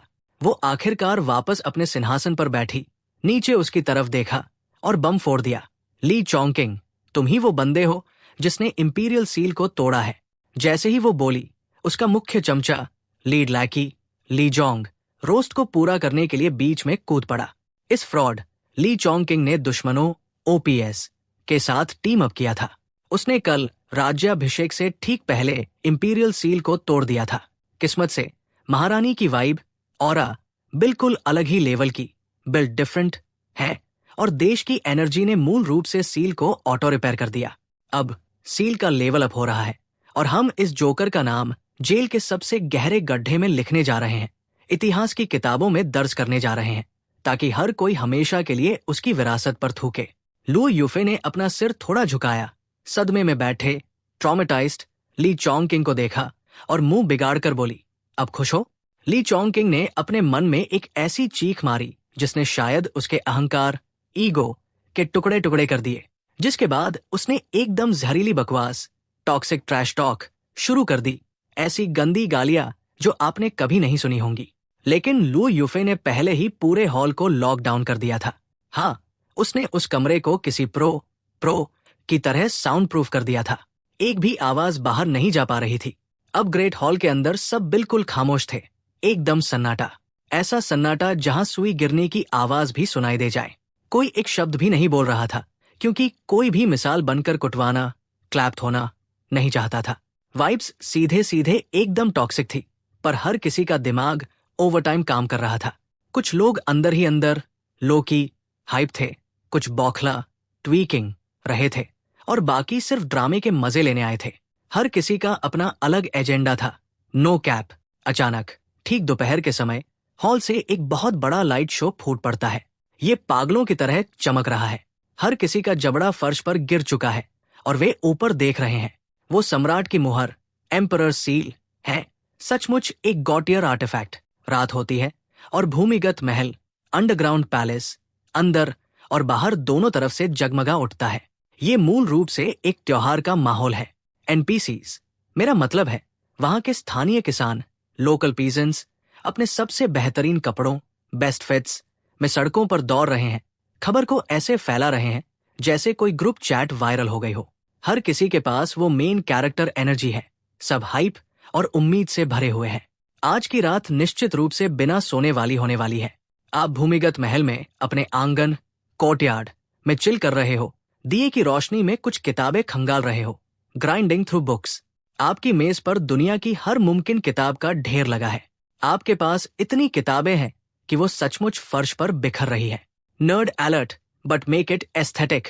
आप आखिरी इतिहास का स्क्रॉल खत्म करते हो, अपनी कुर्सी पर पीछे की तरफ झुकते हो और बड़बड़ाते हो, ना, कुछ गड़बड़ है। ये पक्का कोई पैरेलल यूनिवर्स नहीं है। और इस लुओ टाइनहुआ का क्या चक्कर है? आप इसे समझने की पूरी कोशिश में जुटे हो।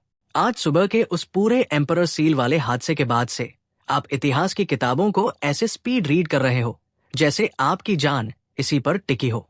पूरे दिन की जांच पड़ताल के बाद फैसला आ चुका है। ये कोई पैरेलल यूनिवर्स नहीं है, जो कि बहुत ज्यादा संदिग्ध है। आप पूरी तरह से भ्रमित, लॉस्ट इन द सॉस हो चुके हो, दिमाग का दही हो चुका है, और तभी आपका पेट किसी ड्रैगन की तरह दहाड़ने लगता है। उन कल्टीवेटर्स के उलट जो बिना खाए पिए सालों गुजार सकते हैं। आप बिल्कुल अलग ही मिट्टी के बने, बिल्ट डिफरेंटली हो। आपको रोज खाना खाना पड़ता है। बिना खाने के आप मरोगे तो नहीं, पर आप भूखे रहोगे और परेशान हो जाओगे, जो कि एक बहुत बड़ा एल है। ऊपर से चलो सच का सामना करते हैं। जीने का असली मकसद ही अच्छा खाना और चिल करना, ईट गुड एंड वाइब है ना? आप ज्यादा सोचना बंद करते हैं, उठते हैं, बाउंस करते हैं और पीछे सब्जी के बगीचे, वेजिटेबल पैच की तरफ चल देते हैं। ताकि कुछ खाने को मिल सके। Priorities bro. वहां ब्लिस हॉल में, जहां पूर्व मानव सम्राट आराम फरमाते हैं, लुओ एक्सायुयान एक्साइटमेंट में पूरी तरह से अपना आपा खो चुका है। मैंने तुम सबसे कहा था ना कि वो लड़का बिल्कुल अलग लेवल का, बिल्ट डिफरेंट है। जिस सेकंड मैंने उसे देखा था, मुझे पता था कि वो एक जी असली हीरा बनने वाला है। अब उसे देखो। तुम लोग मेरा मजाक उड़ा रहे थे क्योंकि मैं उसके साथ चिल करता था और खाता था, पर अब कौन हंस रहा है बताओ?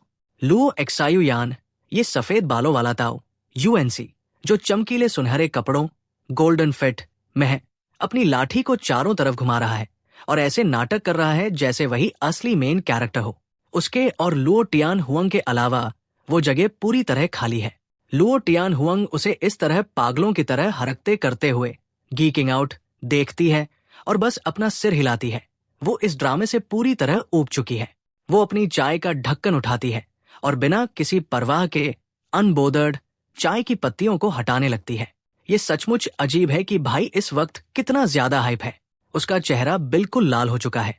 लेकिन बस 2 साल रुक जाओ, लैक टू वियन पूरी तरह से कुक्ड होने वाला है। लुओ टियान हुआंग को कोई फर्क नहीं पड़ रहा है। 0 वाइब्स गिवन।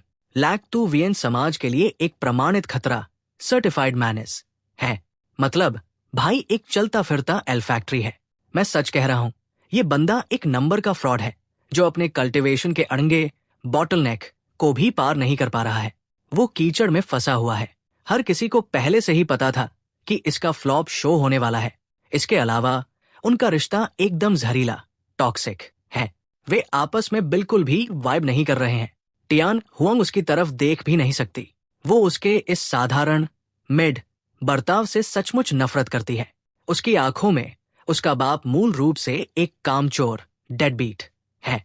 इस बंदे ने अपनी पूरी जिंदगी में केवल 2 ही काम किए हैं। एक तो मजबूरी में उसे सिंहासन सौंप दिया और दूसरा किसी अजीब फैन फिक्शन राइटर की तरह उसे जबरन लुओ कैन के साथ सेट करने, फोर्स शिप करने की कोशिश की। ईमानदारी से कहें तो शाही घरानों में पारिवारिक रिश्ते रेगिस्तान से भी ज्यादा सूखे होते हैं। और चूंकि टियान हुआंग लगभग 10,000 सालों से जिंदा है, उसने सब कुछ देखा है। हर एक दर्दनाक मौत, हर एक दुखद विदाई। अगर आप भगवान जैसी अमरता, गॉटियर इमोर्टैलिटी तक नहीं पहुंच रहे हैं, तो आप बस एक और एनपीसी है जो कब्र में जाने के लिए ही बने हैं। Simple biology bro. ये ड्रामा उसके दिल को छू भी नहीं पा रहा है। वो बिल्कुल अलग ही मिट्टी की बनी, बिल्ट डिफरेंट है। उसने केवल अपनी पिछली लाइफ में कभी कभार देर रात वाली मेन कैरेक्टर वाइब्स महसूस की थी, जब एक कल्टीवेटर के तौर पर उसे अकेलापन लगता था। उसके अलावा बस एकदम पथरीली खामोशी। अपनी पिछली लाइफ में वो कुक लैक टू डियन के पास कभी खुद नहीं गई थी। उसने तब उसे इग्नोर, गोस्ट कर दिया था और बात करने के लिए बस एक जूनियर को भेज दिया था। लेकिन आज वो खुद वहां पहुंच गई। हाँ, वो वास्तव में खुद वहां आई है। वो पक्का कोई प्लान बना रही है। लैक टू वियन, जो अभी तक हवा में उड़ रहा था, आखिरकार हकीकत में वापस आने लगा। थियन फोंग को वहां बैठकर एक क्वीन की तरह चाय की चुस्कियां लेते देखकर वो थोड़ा अजीब महसूस करने लगा। वियर्ड आउट हो गया। वो जानता है कि उसकी बेटी उसे एक नंबर का लूजर, एल टेकर समझती है और आमतौर पर वो उसे इग्नोर करती है या पूरी तरह से गोस्ट कर देती है या फिर खबर देने के लिए किसी रैंडम साइड कैरेक्टर को भेज देती है। लेकिन इस बार उसने खुद आकर उसे दर्शन दिए हैं। उसका यहाँ होना सचमुच संदिग्ध, सस्पिशियस है। इसके बावजूद लैक टू वियन थोड़ा इमोशन हो रहा है। भाई अपनी बेटी के अप्रूवल के लिए डाउन बैड है। उसके कई सारे बच्चे हैं, लेकिन जैसे ही उसने थियन फोंग को मुकुट सौंपा, बाकी के सारे बच्चे सीधे दुश्मन LOPS बन गए और जो नहीं बने उन्हें देश के किसी सुदूर कोने में देश निकाला दे दिया गया। ये पूरी तरह से उनका अपना स्किल इशू था। इस समय बस लैक टू वियन और लैक टियन फोंग वहां अकेले चिल कर रहे हैं। देखो, भले ही आप पुराने दिनों में कितने भी बड़े गिगा चैट रहे हो या आपका स्टेटस कुछ भी रहा हो, जब आप एक खास उम्र में पहुंचते हैं तो आप बस थोड़ा सा सुकून भरा पारिवारिक समय, होलसम फैमिली टाइम चाहते हैं। पर ये एक बहुत बड़ा एल है, क्योंकि उसके स्टेटस के साथ वो साधारण सी खुशी जो आम परिवारों को मिलती है, एक ऐसा ऐशो आराम है जिसे लैक टू वियन कभी अफोर्ड नहीं कर सकता। लैक टियन फोंग को देखते हुए लैक टू वियन के दिमाग में अचानक एक विचार आता है। वो जल्दी से अपनी सीट पर बैठता है, हैरान होकर कहता है, फोंग नहीं, मेरी बच्ची, तुम्हें इस लू के नाम के लड़के के बारे में क्या लगता है? लैक तुयन अब लुए की तारीफों के पुल बांधने, ग्लेजिंग करने लगता है, उसकी सारी जीतों WS की लिस्ट गिनाने लगता है, लेकिन वो इसे इतना ज्यादा खींच देता है कि वो सचमुच चिढ़ने लगती है। क्या तुम्हारा हो गया? मुझे ये जानने की जरूरत नहीं है कि मेरा अपना बंदा कितना कमाल का है। तुम बस बकवास यापिंग किए जा रहे हो। सीधे मुद्दे पर आओ। लैक तुयन फुंग अपना चेहरा बिल्कुल गंभीर पोकर फेस बनाए रखती है, लेकिन अंदर ही अंदर उसका दिमाग काम करना बंद कर रहा है। वो अपने बंदे का रूटीन अच्छी तरह जानती है। डिनर, 1 घंटे का चिल और फिर सीधे बिस्तर पर। घड़ी को देखते हुए उसके पास सिर्फ 15 मिनट बचे हैं, इससे पहले कि वो सोने चला जाए। हिट्स दहें, अगर उसका बाप बकवास करने का ये मैराथन जारी रखता है तो जब तक वो खत्म करेगा उसका पति गहरी नींद में सो चुका होगा, आउट कोल्ड होगा।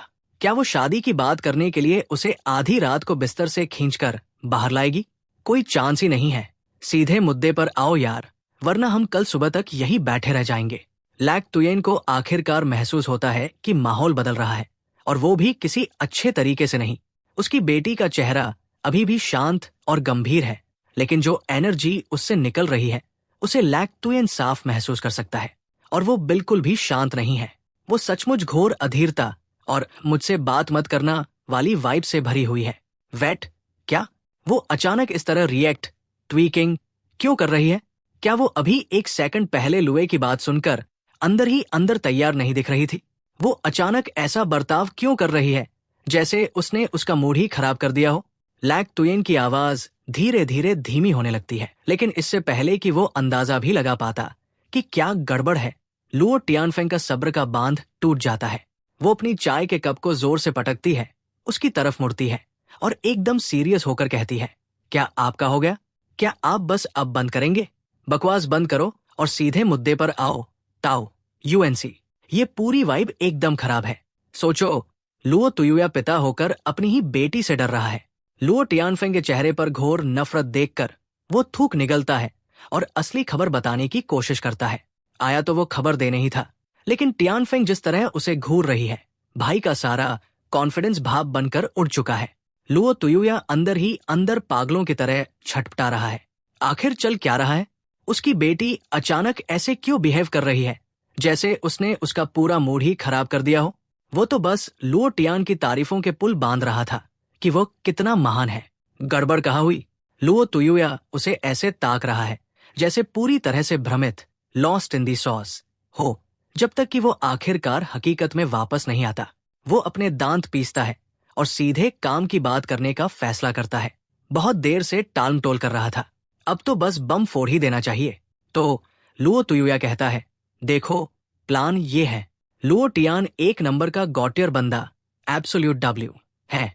वो मूल रूप से तुम्हारा सोलमेट है, और चूंकि तुम अभी अभी सिंहासन पर बैठी हो, तो क्या ये सही समय नहीं है कि तुम शादी कर लो? बस लुओ टियान को चुन लो, कोई छिपा हुआ एजेंडा नहीं है। बस उससे शादी कर लो ताकि जलने वाले अपना मुंह बंद रखें। अगर वो तुम्हारा टाइप नहीं है तो उसे एक पेट की तरह आसपास रख लो। जब तुम्हें कोई और मिल जाए जिसके साथ तुम्हारी वाइब मैच करे तो उससे भी शादी कर लेना।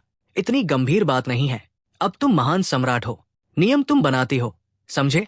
वो ये देखने के लिए रुकता है कि कहीं उसकी कुटाई तो नहीं होने वाली। टियानफेंग के चेहरे के भाव मुझे अकेला छोड़ दो से बदलकर मैं अभी किसी का मर्डर करने वाली हूं में बदल जाते हैं। लुओ तुयुया का दिल धक से रह जाता है। हाँ, उसे पक्का पसीना आ रहा है। भाई सचमुच सोच रहा है, मेरी बेटी के मूड स्विंग्स तो सच में नेक्स्ट लेवल है। उसे जरा भी अंदाजा नहीं है कि उसकी स्पीच के किस हिस्से ने उसे ट्रिगर कर दिया। वो तुरंत डैमेज कंट्रोल मोड में आ जाता है। सुनो, लुओ टियान बाकी NPCs की तरह नहीं है। मैं उसे परिवार की तरह मानता हूँ। वो एकदम चिल है, इसलिए मैं जबरदस्ती शादी का फरमान नहीं जारी कर सकता। हमें पहले उसकी वाइब चेक करनी होगी। लेकिन तनाव मत लो, मैंने पहले ही उससे थोड़ा हिंट लेकर बात की है और वो इस विचार के लिए पूरी तरह तैयार, डाउन बैड है। कैसा रहेगा अगर मैं तुम दोनों के मिलने की तारीख 3 दिन बाद की तय कर दूं? जैसे ही वो अपनी बात खत्म करता है, लुओ टियानफेंग खड़ी होती है और अपनी एक ही हथेली के वार से कुर्सी के परखच्चे उड़ा देती है। लुओ तुयुया पूरी तरह हिल जाता है और वो सीधे चिल्लाती है, क्या 3 दिन? मुझे 3 दिन इंतजार करना पड़ेगा? मैंने आज आपकी बकवास सुनने में अपना समय क्यों बर्बाद किया? आप इतनी छोटी सी बात के लिए बहुत ज्यादा समय ले रहे हैं। आपके भरोसे रही तो मानव जाति का खत्म होना, कुख्त होना तय है। लुओ टियान को कल सुबह के लिए शेड्यूल करो। मुझे ये काम असब खत्म चाहिए। वो तुरंत वहां से निकल जाती है और लुओ टियान युअन वहां किसी जोकर की तरह खड़ा रह जाता है। जैसे ही लुओ टियानफे महल के निकास द्वार पर पहुंचती है, वो एक सेकंड के लिए रुकती है और बिना किसी इमोशन के वही ठंडी साइड आई एनिमे वाली निगाह, cold side eye anime glance डालती है। सचमुच आधा चेहरा ढका हुआ और वो किसी जमे हुए एनपीसी से भी ज्यादा ठंडी लग रही है और ये लाइन फेंकती है, अगर आपको ये पसंद नहीं है तो बस सह लीजिए। इसे ऐसे समझिए जैसे हरम में कोई कुत्ता रखा हो। मेरी माँ भी तो उस जमाने में बस एक कुत्ता ही थी, है ना? वो निकल जाती है, लेकिन लुओ टियान युअन को कोई फर्क नहीं पड़ता। उसके और उसकी माँ के बीच का वो सारा ड्रामा पुरानी बात हो चुका है। टियानफेंग जाहिर तौर पर इस बात को लेकर हमेशा से दुखी रही है, लेकिन टियान युअन एकदम चिल है। बीती बातें गई रात, अतीत की गलतियों को सुधारा नहीं जा सकता। वो इस बारे में तनाव लेना छोड़ चुका है। अब वो ये समझने की कोशिश में दिमाग दौड़ा रहा है कि उसके कहने का मतलब क्या था। 3 दिन इंतजार न करने वाली बात क्या थी? क्या कोई ऐसी टाइमलाइन है जहां उसकी बेटी सचमुच लू गान पर फिदा, डाउन बैड है? क्या वो इतनी बेताब है कि कल तक ही इस शादी को स्पीडन करना चाहती है? जैसे ही ये ख्याल उसके दिमाग में आता है, वो तुरंत इसे अपने सिर से डिलीट कर देता है। अरे नहीं, मैं अपनी बेटी को इससे बेहतर जानता हूं। ना, ये नामुमकिन है, कोई चांस ही नहीं है।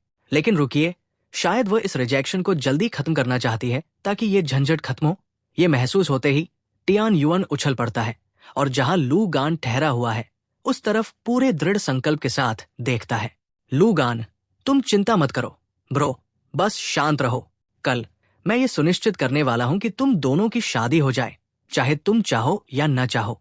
इसी बीच आप अपने बिस्तर में घुसे हुए हैं और अचानक आपको एक बहुत बड़ी छींक आती है। अपनी नाक रगड़ते हुए आप सोच रहे हैं कि आप यहाँ कितने समय से हैं। मतलब ये बिना बात की छींक क्यों? आप इसे इग्नोर करते हैं, ये सोचते हुए कि आजकल माहौल ही थोड़ा अजीब चल रहा है। आप सो जाते हैं और अगली सुबह तक पूरी दुनिया ही बदल चुकी होती है। अर्थ सिटी में, या ईमानदारी से कहें तो पूरे मानव क्षेत्र में कल की तुलना में आज एनर्जी बिल्कुल अलग है। हर कोई अभी भी उस अर्थ रैंक अपग्रेडर और उन एम्परर टियर आर्टिफैक्ट्स के खुमार में है। एक्सट्रीम ब्लिस पैलेस के अंदर लुओ टियानफेंग बस नाश्ता कर रही है, जबकि लुओ टियान युअन उसके सामने बैठा है। इतने साल हो गए हैं, मैं तो गिनती भी भूल चुका हूँ। बाप रे, उसे लुओ टियानफेंग के साथ एक ही मेज पर बैठे हुए जमाने बीत गए। ऐसा नहीं है कि कल्टीवेटर्स को सच में खाने की जरूरत होती है, लेकिन आप तो जानते ही है कि माहौल कैसा है। आज उसकी बेटी अचानक नाश्ते के लिए आ गई। Major red flag. ये तो सच में बहुत अजीब वाइब है। चलो सच का सामना करते हैं। लुओ टियानफेंग ने कभी लुओ टियान युअन की जरा भी परवाह नहीं की। उसके खाने की इकलौती वजह आपकी पिछली जिंदगी है, जहां आपने मूल रूप से उसे लाड़ प्यार से बिगाड़ दिया था। उसे हर दिन नाश्ता करने के लिए मजबूर करते थे। आप हमेशा ये उपदेश देते थे कि अगर आप नाश्ता छोड़ते हैं तो आपका दिमाग काम करना बंद कर देगा, स्मूथ ब्रेन हो जाओगे। सच में हर सुबह खुद खाना पकाने के बाद आप किसी न किसी से उसका एक हिस्सा उसके पास भिजवाते थे। पहले तो उसने इसे मुड़कर देखा भी नहीं, लेकिन एक बाइट ने पूरा गेम बदल दिया। वो सदमे में थी। ऊपर से आपके बनाए खाने में दांव की वाइब्स भरी होती थी, इसलिए भारीपन महसूस होने के बजाय कल्टीवेटर्स को एक तरह का स्टैट बूस्ट मिलता था। लेकिन सबसे अहम बात, खाना वाकई लाजवाब स्लैप्स होता था। लुओ टियानफेंग वहां बैठी 2 बाइट्स ली और अपनी चम्मच को बाउल में ऐसे फेंक दिया जैसे वो शेफ की तरफ कोई एल नापसंदगी फेंक रही हो। उसने अपने लाल होंठ पोंछे, त्योरियां चढ़ाई और खुद से बड़बड़ाने लगी। मिड औसत, मेरा पेट पूरी तरह खराब हो चुका है क्योंकि तुमने इसे बिगाड़ दिया है। मैं सचमुच इस कचरे को निगल भी नहीं सकती। मैं सीरियस हूं, मैं इसे नहीं खा सकती और मुझे बाद में काम भी है। लुओ टियानफेंग आमतौर पर ऐसी है जो परिस्थिति चाहे जैसी भी हो हमेशा शांत रहती है, बिल्कुल जीरो स्ट्रेस, हमेशा बेपरवाह। लेकिन अभी वो अंदर ही अंदर परेशान, ट्वीकिंग हो रही है। खाना कार्डबोर्ड जैसा लग रहा है, जिससे उसकी घबराहट और बढ़ रही है। लुओ टियान युअन, जो ठीक उसके सामने बैठा था, ने पूरा नजारा देखा, एक बार पलक झपकाई और तुरंत नौकरों को टेबल साफ करने को कहा। वो कुछ ज्ञान की बातें, स्पिट सम गेम करना चाहता था। अपनी बात समझाकर उसे सही रास्ते पर लाने की कोशिश करना चाहता था। सचमुच एक बार के लिए अच्छा बाप बनने की कोशिश कर रहा था। लेकिन जैसे ही लुओ टियान युअन ने अपना मुंह खोला और बर्तनों को हटाने के लिए बढ़ा, उसने सीधे कहा, खाना हो गया। लू कैन को असप यहां बुलाओ, बेकार की बकवास बंद करो। और तुम्हारी तरफ से ये कैसी आवाज आ रही है? ईमानदारी से कहूं तो ये बहुत इरिटेटिंग है। इस बीच एक्सट्रीम ब्लिस पैलेस के रास्ते में आप पूरी तरह बेपरवाह होकर एक धुन गुनगुना रहे हैं। हमारे बंदे को देखो, कान से कान तक मुस्कुरा रहा है। झींगुर क्रिकेट के एक छोटे से डिब्बे को ऐसे पकड़े हुए है जैसे उसमें कैंसर का इलाज हो। अंदर एक झींगुर है। और ओ रुकिए, मुझे ये याद है, ये उसकी पिछली जिंदगी का वही दिन है जब उसने झींगुरों की लड़ाई क्रिकेट पेट्स में लुओ एक्सायु युअन को पूरी तरह हरा दिया था। हाँ, वो सचमुच जीत गया था। और जब लुओ एक्सायु युअन ने पूछा कि इनाम में क्या चाहिए, तो हमारे एमसी ने सबसे बड़ा एल लेने वाला कदम उठाया और सबसे बेताब डाउन बैड लाइन मारी, लुओ टियानफेंग बहुत सुंदर है, मुझे वो दे दो। कुछ दिन आगे बढ़े और लुओ एक्सायु युअन ने सचमुच उनकी शादी करा दी। ब्रो, ये तो सीधे सीधे कहानी के नियमों को तोड़ने, लोर ब्रेकिंग वाले लेवल की अजीब बात है। सोचो, सिर्फ एक कीड़े की लड़ाई हारने पर अपनी बेटी किसी रैंडम बंदे को तोहफे में दे देना। Peak parenting, obviously. उनके मिलने का तरीका भी एक तरह का इत्तेफाक ही था। तो लुओ शुयन मूल रूप से एक रिटायर्ड अंकल है जो बस मजे के लिए जी रहे हैं। शराब पीना, जुआ खेलना और मछली पकड़ने की रॉड को घूरने में बहुत ज्यादा समय बिताना। शानवू महाद्वीप पर हमारे बंदे के इसे के एडवेंचर का ये दूसरा साल है। वो इस बंदे को एक सुनसान झील के पास अपने फिशिंग दांव का अभ्यास करते हुए पाता है और वहीं से दोस्ती शुरू होती है। तब उसे पता भी नहीं था कि ये बंदा असल में कौन है। वे बस दो दोस्त थे जो चिल कर रहे थे और मछली पकड़ रहे थे। हमारा एमसी बस बकबक किए जा रहा था, अर्थ अर्थ के रैंडम रेफरेंस दे रहा था। ईमानदारी से कहें तो उसकी बातें लुओ शुयन के लिए दिमाग का दही करने वाली रही होंगी। जो भी वो कहता था, इस बंदे को किसी गहरी गैलेक्सी ब्रेन नॉलेज की तरह लगता था। तो वे बेस्टी बन गए। फिर हमारा एमसी महल में ऐसे शिफ्ट हो जाता है जैसे उसका अपना एयरबीएनबी हो। पूरा दिन पीने में और अंकल के साथ वाइब करने में बिताता है। लेकिन सीरियस बात करें तो सिस्टम जिस तेजी से लेवल अप हुआ, उसके लिए लुओ शुयन की तारीफ करनी पड़ेगी। ये आदमी ऐशो आराम की जिंदगी के लिए ही जीता है, जब बाकी सब हेवनली दांव के लिए घिस रहे हैं, जिसके बारे में सिर्फ 3 एनपीसीज को पता है, जैसे अपनी चाय या तलवार या अपनी डायरी से बात करना। वो सब ढोंगी सीरियस ड्रामा। हमारा बंदा सोच रहा था कि आगे क्या कल्टीवेट करे, लेकिन लुओ शुयन के साथ घूमते हुए उसने एक पूरी नई स्किल ट्री अनलॉक कर ली। हम गैम्बलिंग दांव, चिल आउट दांव की बात कर रहे हैं। उसने चींटियों की पहाड़ी को घूरते हुए पूरा दिन बिताया और किसी तरह चींटियों ने भी उसके कल्टीवेशन को लेवल अप करने में मदद की। ये पूरी तरह से पागलपन लगता है, लेकिन हमारा बंदा जानता है कि लुओ शुयन सिर्फ कोई रैंडम एनपीसी नहीं है। उसमें कुछ तो अलग, बिल्ट डिफरेंट है। वो सटीक वजह नहीं बता सकता, लेकिन वाइब्स निश्चित रूप से संदिग्ध है। खैर, फोकस करो। आज का दिन क्रिकेट मैच के बारे में है। एक बार जब वो जीत हासिल कर लेता है, तो वो इनाम के तौर पर जो चाहे कह सकता है। शायद इस बार लुओ टियानफेंग वाला पार्ट स्किप कर दे, लेकिन एक बार जब वो एलिसियम हॉल पहुंचता है तो गदर मचने वाला है। आप सचमुच वहां एक पूरे एनपीसी की तरह खड़े हैं, रियल टाइम में बफर कर रहे हैं। वेट, लुओ टियानफेंग यहाँ क्यों है? जब आप बाहर लैग कर रहे हैं, लुओ टियान ने अभी तक अपना मुंह भी नहीं खोला है, लेकिन लुओ टियानफेंग, जो अभी तक बर्फ की रानी, आइस क्वीन वाली एनर्जी दे रही थी, अचानक नर्वस होने लगती है। वो खड़ी होती है, सीधे आपकी तरफ देखती है और आपको वो सॉफ्ट मीठी मुस्कान देती है। उसने आज नो मेकअप लुक कैरी किया है। बाल पीछे इस तरह बंधे हैं कि उसकी हंस स्वान जैसी गर्दन साफ दिख रही है। एक एब्सोल्यूट ग्लो अप। उसने अपनी सामान्य लाल और सुनहरी रोब छोड़ दी है और उसे शुद्ध सफेद कपड़े व्हाइट फिट से बदल दिया है, जो बिल्कुल अलग वाइब दे रहा है। कल की उस ठंडी मुझसे बात मत करना वाली वाइब का कोई नामो निशान नहीं है। वो एक असली फूल देवी, फ्लावर गॉडेस जैसी लग रही है। Loki giving main character energy. Bro, वो सचमुच कमाल लग रही है। विजुअल्स में 0 कमियां, 10/10 नो कैप। इस तरह की सुंदरता किसी भी आदमी को बेकाबू करने के लिए काफी है और आप बस घूर रहे हैं, पूरी तरह से फिदा, डाउन बैड। लुओ टियानफेंग आपका रिएक्शन ताड़ लेती है और वो अंदर ही अंदर खिलखिला रही है। कल रात की वो सारी तैयारी रंग लाई। उसने सिर्फ इसी पल के लिए पूरी रात बालों और मेकअप पर मेहनत की थी। कोई अतिशयोक्ति नहीं, लुक एकदम आसान लगता है, लेकिन बालों का एक एक धागा कैलकुलेटेड था। हाइट या स्ट्रैटेजी, फिर वो अपनी अल्टीमेट चाल चलती है।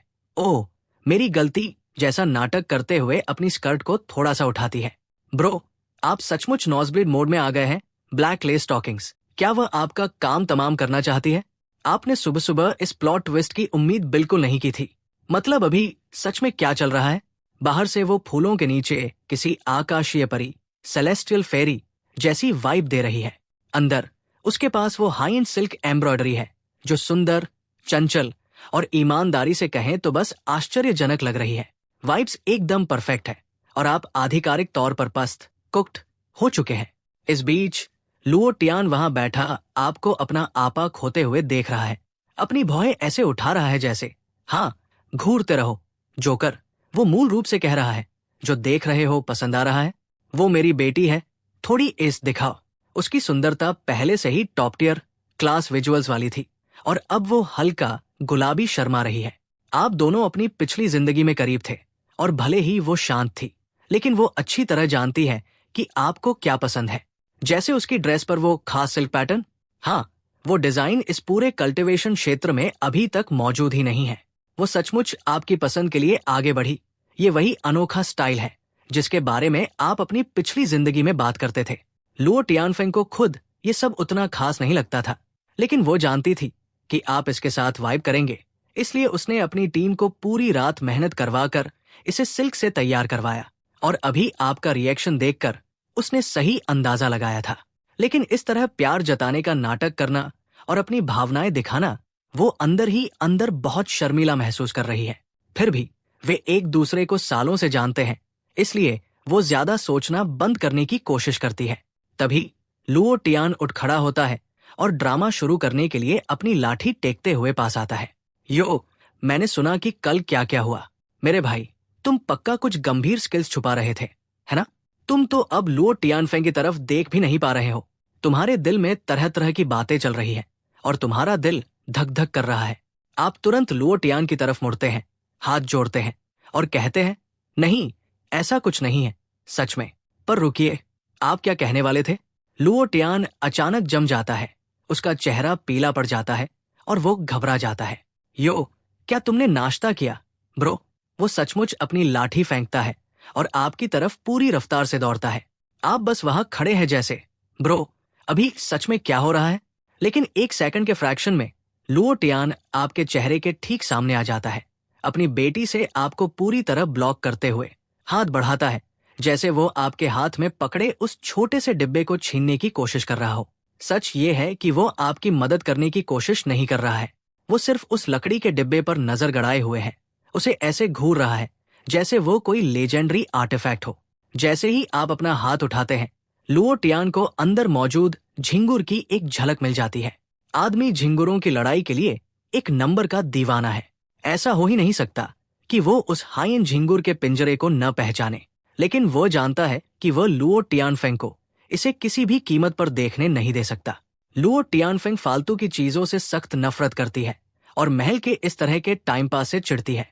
वो महल में उन सभी लोगों को बैन करती आ रही है जो इस तरह के निचले स्तर के शौक रखते हैं, खासकर झिंगुरों की लड़ाई जैसा टाइम पास। वो यहाँ केवल आपकी और लुओ टियानफेंग की सेटिंग कराने आया है, लेकिन अगर आप अभी झिंगुर बाहर निकाल लेते हैं और उसे चिढ़ आईसी के हो जाती है, तो शादी वाला पूरा प्लान आधिकारिक रूप से बर्बाद, कुक्ड हो जाएगा।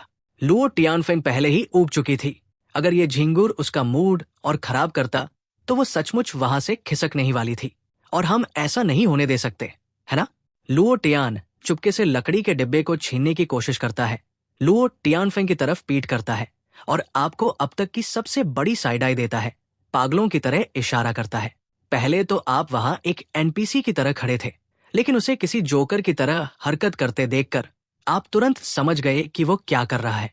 आप समझ तो गए, लेकिन इससे आप इसे उससे और भी ज्यादा छुपाना चाहते थे। आपको लगा कि लुओ टियानफेंग बस आपके नए झिंगुर की एक झलक चाहती है, लेकिन जैसे ही आपने अपनी पकड़ ढीली की, आपने उसकी चाल देखी और उसे वापस कसकर पकड़ लिया। अंदर ही अंदर इस झिंगुर को लुओ टियानफेंग के सामने फ्लॉन्ट करना चाहते थे। लुओ टियानफेंग ने आपको उस डिब्बे को जान लगाकर पकड़े हुए देखा और उसका पिकाचू फेस बन गया। वो इतनी देर से इशारे कर रहा था, मतलब तुम इतने स्लो क्यों हो? वो सचमुच तुम्हारी मदद करने की कोशिश कर रहा है भाई। फिर मामला सीरियस हो गया। लुओ टियान डिब्बे के लिए पूरी तरह से हाथापाई करने लगा। उसका चेहरा ऐंठ रहा था क्योंकि वो झिंगुर को देखने के लिए अपनी स्पिरिचुअल एनर्जी का इस्तेमाल करने की कोशिश कर रहा था, सिर्फ ये महसूस करने के लिए कि उसकी एनर्जी इस साधारण लकड़ी के डिब्बे को भी भेद नहीं सकती थी। वो हैरान था। आमतौर पर तुम्हारा दिमाग तेज चलता है, तो तुम इस मौके पर इतने बेवकूफों जैसा बिहेव क्यों कर रहे हो? लुओ टियान घबरा रहा था, लेकिन आपने बस एक कुटिल मुस्कान दी और कहा, क्या हुआ? क्या आप ये देखने के लिए मरे जा रहे हैं कि मैं आज कौन सा झिंगुर लाया हूं? उस तरह की पर्सनालिटी वाली लड़की का अचानक ये कहना कि उसे झिंगुर पसंद है। ब्रो, इस बात पर कोई विश्वास नहीं करने वाला। लुओ टियान वहां खड़ा होकर बफर कर रहा था। उसकी बेटी को झिंगुर पसंद है? क्या इसका मतलब यह है कि एक सेकंड पहले उसका पैनिक अटैक उसे दुनिया का सबसे बड़ा जोकर बना चुका था? इससे पहले कि लुओ तुयन अपने इस नुकसान एल को प्रोसेस कर पाता, लुओ टियानफेंग उसके पीछे से आगे बढ़ी, सीधे आपके पास आई, मुस्कुराई और बोली, क्या मैं एक नजर देख सकती हूँ? आप अंदर ही अंदर हैरान थे और समझ नहीं आ रहा था कि कैसे बिहेव करें, इसलिए आपने बस वो लकड़ी का डिब्बा सौंप दिया। लुओ टियानफेंग ने मुस्कुराते हुए इसे लिया और जैसे ही उसने इसे खोला, वो सचमुच खुश हो गई। यो, तुम्हारा ये झिंगुर तो सच में अलग ही लेवल का, बिल्ट डिफरेंट है। झिंगुरों का जिक्र आते ही आप तुरंत फॉर्म में आ गए। आपने अपना सिर हिलाया, इतराते हुए बोले, जाहिर है ये छोटा सा बंदा हाइटियर प्योर ब्रेड पेडिग्री है। इसकी वंशावली एकदम जबरदस्त है। मैं इसे 3 जनरल्स कहता हूँ। इसके सारे पूर्वज एब्सोल्यूट बीस्ट्स थे जो मेरी देखरेख में कभी नहीं हारे। ये बंदा यहाँ मेरी विनिंग स्ट्रीक को संभाले हुए है और ये अभी तक अजय है। काफी तगड़ा है ना? लुओ टियानफेंग ने सुना। उसकी आंखों में असली दिलचस्पी चमक रही थी और उसने पूछा, वेट, क्या झिंगुरों की भी वंशावली ब्लड लाइन्स होती है? ये आपके लिए अपनी नॉलेज झाड़ने का मौका था। आप पूरे लॉर मास्टर मोड में आ गए, प्रो की तरह सब कुछ समझाने लगे। लुओ टियानफेंग पूरी तरह ध्यान दे रही थी, हर शब्द का मजा ले रही थी, आपको ऐसे देख रही थी जैसे आप ही मुख्य किरदार हो। सच में वो इतना गॉटियर है? मैं भी अंदर ही अंदर झिंगुरों की लड़ाई की फैन हूँ। अगर तुम कल फ्री हो तो मेरे महल में आना और 1v1 करते हैं। मैं भी काफी अच्छी हूँ, शर्त लगा लो। आपने सिर हिलाया, लेकिन एक सेकंड बाद एहसास हुआ, वेट, क्या महारानी का सचमुच गेमिंग में खराब हाथ है और उन्हें बस झिंगुरों की लड़ाई पसंद है? मतलब ब्रो, मैंने ऐसा कभी नहीं सुना। ये तो एकदम अजीब एनर्जी है। लुओ टियानफेंग आपकी उलझन देखती है और नखरे दिखाते हुए कहती है, बिल्कुल सच है। मैं तुमसे झूठ क्यों बोलूंगी? अगर विश्वास नहीं है तो कल सुबह मेरे महल आ जाना और देख लेंगे कि कौन इसमें असली प्रो है। उसने महारानी के रूप में अपना रुतबा भी नहीं झाड़ा।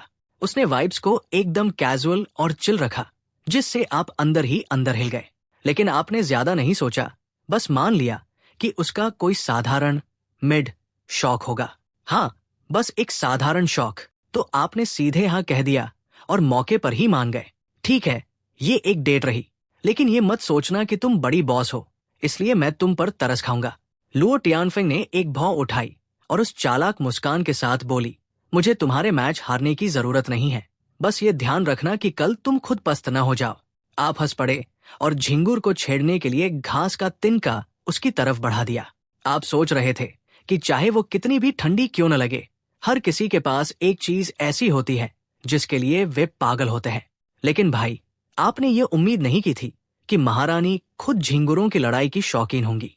ईमानदारी से कहें तो भले ही हम डेट न कर रहे हों, लेकिन एक जैसी सोच वाले बेस्टी बनना भी कोई बुरा नतीजा नहीं है।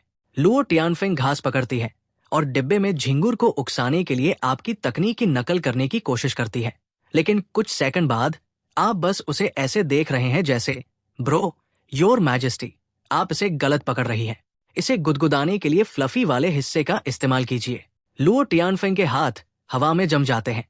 फिर वो उस सबसे ज्यादा मैंने तो ये जानबूझ कर किया था वाली एनर्जी के साथ बोलती है, ये मेरी अपनी अनोखा एडवांस तकनीक है, मुझे आपके ट्यूटोरियल की जरूरत नहीं है, वो कहती है। लेकिन आप देखते हैं कि उसका हाथ तुरंत घास को घुमाकर सही कर लेता है। आप उसे रोस्ट करने ही वाले थे कि तभी एक महल का सेवक अंदर दौड़ता हुआ आता है और ऐसे झुकता है जैसे उसकी जान इसी पर टिकी हो। महारानी जी, पैराडाइज पैलेस के सभी झिंगुरों का आपकी आज्ञा के अनुसार काम तमाम कर दिया गया है। कमरे में सन्नाटा छा जाता है, दम घोटने वाला ऑकवर्ड सन्नाटा। बस उस डिब्बे के अंदर से झिंगुरों के चहकने की आवाज आ रही है। लुओ टियानफेंग एक हाथ में डिब्बा और दूसरे हाथ में घास का तिनका पकड़े, एक पल के लिए किसी अटके हुए एनपीसी की तरह जम फ्रीज हो जाती है। लेकिन वो 0.5 सेकंड में रिकवर कर लेती है। ऐसे बिहेव करती है जैसे कुछ हुआ ही ना हो। आपकी तरफ मुस्कुराते हुए मुड़ती है। ये छोटा सा बंदा कितना क्यूट है ना, तुम्हें नहीं लगता? उसने पूरी सिचुएशन को सीधे सीधे गैसलाइट कर दिया। ऐसे एक्ट किया जैसे सेवक ने आकर कोई बम ही न फोड़ा हो। उसने सब कुछ इग्नोर कर दिया, एक शब्द नहीं सुना। लुओ तुयुया को तुरंत बात समझ आ गई। उसने दरवाजे पर खड़े अधिकारी को थम्सअप दिया और चिल्लाया, ये तो बहुत बड़ा जीत हुआ। ये झिंगुर वैसे भी बहुत इरिटेटिंग थे। अच्छा हुआ पीछा छूटा, इन्हें खत्म होना ही चाहिए था। अधिकारी पूरी तरह कंफ्यूज होकर घूर रहा था। पहले उसने आराम से बैठी लुओ टियानफेंग को देखा, फिर लुओ तुयुया को, जो उसकी बेवजह तारीफें ग्लेजिंग किए जा रहा था। पूरी तरह भटके हुए लॉस्ट अधिकारी को लुओ तुयुया ने बस हाथ हिलाकर वहां से खिसकने, बाउंस होने का इशारा किया। अंदर ही अंदर वो आदमी आहे भर रहा था। उसके कीमती झिंगुरों को सिर्फ इसलिए शैडो रील्म में भेज दिया गया क्योंकि उन्होंने सुबह सुबह शोर मचाया था, क्योंकि उन्होंने लुओ टियानफेंग को परेशान करने की जुर्रत की थी। उसने सोचा, खैर उसे ये पसंद नहीं आया तो यही सही। ऊपर से वो वैसे भी आपके खिलाफ झिंगुरों की लड़ाई में हमेशा हार ही जाता है। लेकिन ये देखते हुए कि लुओ टियानफेंग आपके झिंगुर के लिए कितनी दीवानी हो रही है, उसे ऐसे पकड़े हुए है जैसे उसकी जान उसी में अटकी हो। लुओ तुयुया को जलन, सॉल्ट महसूस हो रही है। भाई बुरी तरह डाउन बैड है। अगर तुम बस 1 मिनट पहले आ जाते तो शायद मेरे झिंगुर अभी भी जिंदा होते। आप वही खड़े खड़े पूरी सिचुएशन को ताड़ रहे हो। आप पक्के तौर पर जानते हो कि लुओ तुयुया अपने पसंदीदा झिंगुरों को कभी फेंकता, यीट नहीं करता, जब तक कि मजबूरी ना हो। ये 100% लुओ टियानफेंग का कियाधरा है। ये आदमी मास्टर टियर एक्टर है, पूरा हाइप और उत्सुक बनने का नाटक कर रहा है। उसने आपको 1 सेकंड के लिए बेवकूफ बना ही दिया था। आपको नहीं पता कि वो आपसे झूठ क्यों बोल रही है, लेकिन आप जानते हो कि कुछ न कुछ झोल फिशी जरूर है। आपके अंदर के खतरे के अलार्म बजने लगे हैं। आप हकीकत में वापस आते हो और बोल पड़ते हो, महारानी जी मेरा झिंगुर वापस दीजिए। आपने गिड़गिड़ाते हुए कहा, इस डर से कि कहीं वो आपके कीड़े का भी काम तमाम करने का फैसला न कर ले। लुओ टियानफेंग को एहसास हुआ कि उसकी पोल खुल चुकी है। वो शर्मा गई, जल्दी से झिंगुर और घास को वापस डिब्बे में ठूंसा और आपके हवाले कर दिया। आपने जल्दी जल्दी अपना सामान समेटा और लुओ तुयुया की तरफ मुड़े। खैर अब तो आपके पास खेलने के लिए कुछ बचा ही नहीं है। आज तो लड़ाई हो नहीं सकती, इसलिए मैं निकल रहा हूं। आप मुड़े, खिसकने, डिप करने के लिए तैयार थे, लेकिन लुओ तुयुया तेजी दिखाते हुए आपका हाथ पकड़ लेता है और घबरा जाता है। रुको रुको, मैं तुम्हें यहाँ झिंगुरों की लड़ाई के लिए नहीं लाया था। मुझे तुमसे असली काम की बात करनी है, और ये कुछ ऐसा है जिसकी तुम्हें परवाह होगी। उसने आपको वो हम दोनों जानते हैं कि बात क्या है वाली लुक दी। आपका दिल बैठ गया। आप पहले से ही जानते थे कि वो क्या कहने वाला है। आपने सोचा था कि ये बात कुछ दिनों के लिए टल जाएगी, लेकिन ना, ये बात सीधे एक ट्रक की तरह लगी। कोई फर्क नहीं पड़ता, आप पहले ही अपना मन बना चुके थे।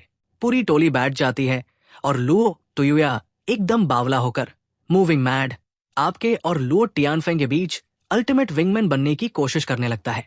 उसे पसीना आ रहा था, ये सोचकर कि वो हमेशा की तरह बर्फीली ठंडी, कोल्ड एज आइस होगी, लेकिन आज लुओ टियानफेंग बस चिल कर रही है। वहां एकदम खामोश बैठी है, इसे बंद कराने के लिए एक शब्द भी नहीं बोल रही। ये देखकर लुओ तुयुया राहत की सांस लेता है। थोड़ी अजीब और फॉर्मल बातचीत के बाद वो आखिरकार असली बात, स्पिल द टी, करने के लिए तैयार है। वो पहले आपके साथ तालमेल बिठाने की कोशिश कर रहा है, क्योंकि आप दोनों के बीच पहले से ही एक सीक्रेट डील थी। उसे बस उस पर सवाल दागने से पहले ये औपचारिकताएं पूरी करनी है। एक बार लुओ टियानफेंग हाँ कह दे तो समझो काम पक्का। डब लुओ तुयुया अपना गला साफ करता है, एकदम प्रोफेशनल और सीरियस बनने का नाटक करते हुए। वो और लुओ टियानफेंग इंसानी महारानी है, इसलिए उनकी शादी मूल रूप से एक स्टेट लेवल इवेंट है। वो 60 दिनों में बॉर्डर गश्त, बॉर्डर पेट्रोल पर निकल रही है। परंपरा कहती है कि महारानी को अपने साथ अपने सम्राट की सवारी की जरूरत होती है, नो कैप। और अभी वो सिंगल है। तुम दोनों के पास एक साथ वाली मेन कैरेक्टर एनर्जी है और तुम्हारी पहले से ही जमती है। तो गश्त से पहले इसे लॉक क्यों न कर दिया जाए? हमें जलने वालों और गॉसिप से बचाएगा। लुओ तुयुया अपनी स्पीच खत्म करता है और लुओ टियानफेंग की तरफ एक गर्वित बाप की तरह देखता है। उसे 100% यकीन है कि वो हाँ कहने वाली है। पूरा प्लान उसकी बेटी के मूड पर टिका हुआ है। लुओ टियानफेंग, जो इस पूरे समय खामोश थी, अंदर ही अंदर तनाव में, लो की स्ट्रेसिंग है। उसका दिल धक धक कर रहा है, उंगलियां कांप रही है, क्योंकि वो प्लॉट ट्विस्ट का इंतजार कर रही है। जैसे ही लुओ तुयुया उसे बोलने ही वाला होता है, आप अचानक बम फोड़ देते हो। एकदम हताश टोन में आप कहते हो, महारानी जी, नहीं, हम ये नहीं कर सकते। मैं तो बस एक एवरेज एनपीसी हूँ ब्रो। मैं महारानी के स्टेटस के बिल्कुल भी लायक नहीं हूँ। कृपया महारानी जी, इस बारे में सोचिए। आप इतनी उतावली हो रही है, इस शादी से बचने के लिए अपनी तरफ से पूरी कोशिश कर रही है, जैसे ये कोई डोजबॉल का गेम हो। पहले तो लुओ तुयुया और लुओ टियानफेंग ने इसे सीरियसली नहीं लिया। उन्होंने सोचा कि आप बस भाव खा रहे हो, प्लेइंग हार्ड टू गेट, वही आम शिष्टाचार वाला नाटक। लुओ तुयुया आपको मनाने की कोशिश करता रहता है, लेकिन फिर उसे एहसास होता है कि आप सचमुच डेड सीरियस हो। आप कोई गेम नहीं खेल रहे हो, चाहे वो कितनी भी ठोस दलीलें क्यों न गढ़ ले। आप अपने रिजेक्शन पर अड़िग रहते हो। आप टस से मस नहीं होते, सीधे सीधे उनसे कहते हो कि आप सिर्फ लुओ टियानफेंग की इज्जत करते हैं। आधे घंटे के इस गतिरोध स्टैंड ऑफ के बाद आपने बस उन्हें मैं तो चला कहा और वहां से निकल गए, डिप कर गए, उन दोनों को पूरी तरह से सदमे में छोड़कर। प्लेजर पैलेस के अंदर लुओ तुयुया और उसकी बेटी लुओ टियानफेंग बस वही बैठे हैं, शून्य में ताक रहे हैं। जो अभी अभी हुआ उसे प्रोसेस करने में पूरी तरह नाकाम। ये एंडिंग, या नोबडी सॉ दैट कमिंग, ये सीधे सीधे एक ऐसा प्लॉट ट्विस्ट था जिसने हर किसी की उम्मीदों को तोड़ दिया। लुओ तुयुया आपको जाते हुए देखता है, फिर अचानक अपनी कुर्सी के हत्थे पर हाथ मारता है, गुस्से में लाल होकर। ठीक है, फिर मत करो शादी। भाई सचमुच सोच रहा था कि वही सबसे बड़ा इनाम है, लेकिन अब उसे इग्नोर, गोस्ट किया जा रहा है। उसे भूल जाओ बेटा। बाहर बहुत सारे गॉटियर बंदे, गिगाचड्स पड़े हैं। कल पापा तुम्हारे लिए उससे बहुत बेहतर ढूंढ कर लाएंगे। लुओ तुयुया का दिमाग इस वक्त पूरी तरह खराब, मोल्डिंग हो रहा है। मतलब वो इस शादी की डील को लेकर इतने टाइम से आपके डीएम्स में स्लाइड कर रहा था और आप हमेशा तैयार रहते थे, लेकिन अब अचानक से आपने इतना बड़ा यूटर्न ले लिया। उसके लिए ये कितना बड़ा लॉस ऑफ फेस्ट है। लेकिन फिर वो सोचता है, जो भी हो, मेरी बेटी वैसे भी उसके लिए सिंपिंग कर रही है, मैं कोई और ढूंढ लूंगा। इस बीच लुओ टियानफेंग पूरी तरह कंफ्यूज होकर इस दौर से गुजर रही है। उसे अपनी पिछली जिंदगी कल की तरह याद है। तब उसके बाप ने इस बारे में बात तक नहीं की थी और आप पहले से ही तैयार बैठे थे। तो फिर आप एक ही रात में इतने कैसे बदल गए? ये किस तरह का बटरफ्लाई इफेक्ट है? जैसे ही वो हकीकत में वापस आती है, वो अपने बाप को चिल्लाते हुए देखती है और उसके चेहरे के एक्सप्रेशंस एकदम ठंडे हो जाते हैं। आपने तो कहा था कि आपकी डील पहले से ही पक्की है, उसने पूछा। वो तो पहले इसके लिए पूरी तरह तैयार था, तो फिर ये बात इतनी जल्दी कैसे बिगड़ गई? लुओ तुयुया उसे बस एक ऐसी लुक देता है जो चिल्ला चिल्ला कर कह रही है, मुझे कुछ नहीं पता बहन। मैंने हिंट्स दिए और सीधे तौर पर उससे दर्जनों बार बात की। उसने कभी मना नहीं किया। वो तो व्यावहारिक रूप से इसके लिए भीख मांग रहा था। किसे पता था कि वो आज इस तरह की स्क्रिप्ट पलट देगा? जैसे जैसे वो बकबक कर रहा होता है, लुओ टियानफेंग रुकती है, अपने बाप से आंखें मिलाती है।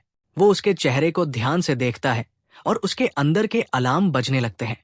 जिस तरह से वो उस पर दबाव डाल रही है, क्या वो सचमुच इस बंदे के प्यार में पड़ रही है? Catching feelings. और जिस तरह से वो आज बिहेव कर रही थी, उसे देखते हुए लुओ तुयुया उससे पूछता है, तो तुमने इस बंदे पर क्रश खाना कब शुरू किया? अभी कुछ दिन पहले तक तो तुम ऐसे बिहेव कर रही थी जैसे वो एक नंबर का लूजर, एल टेकर हो। लुओ टियानफेंग एक सेकंड के लिए रुकती है, फिर झूठ बोलना बंद करने का फैसला करती है। वो सीधे सपाट चेहरे के साथ जवाब देती है, कल का दिन ही काफी था। जब मामला सीरियस हुआ तो उसने आगे बढ़कर दिखाया कि वो बिल्कुल अलग मिट्टी का बना, बिल्ट डिफरेंट है, अपनी वही मेन कैरेक्टर एनर्जी दिखाते हुए। एक लड़की का दिल आने के लिए इतना काफी है। लुओ तुयुया को दिल का ये अचानक बदलना सूस लगा, लेकिन उस पर दबाव डालने के बजाय वो ये सोचने लगा कि उसने रैंडमली ये रुख क्यों बदला। पूरा हॉल एकदम खामोश हो गया। 1 मिनट बाद लुओ तुयुया ने टेबल पर हाथ मारा और चिल्लाया, मुझे समझ आ गया। उसने उसके पूछने का इंतजार भी नहीं किया, ये पक्का तुम्हारी गलती है बच्ची। लुओ टियानफेंग ने अपनी भौहें सिकोड़ी, एकदम कंफ्यूज दिखते हुए। उसकी वाइफ कब से प्रॉब्लम बन गई? लुओ तुयुया ने जल्दी से समझाया।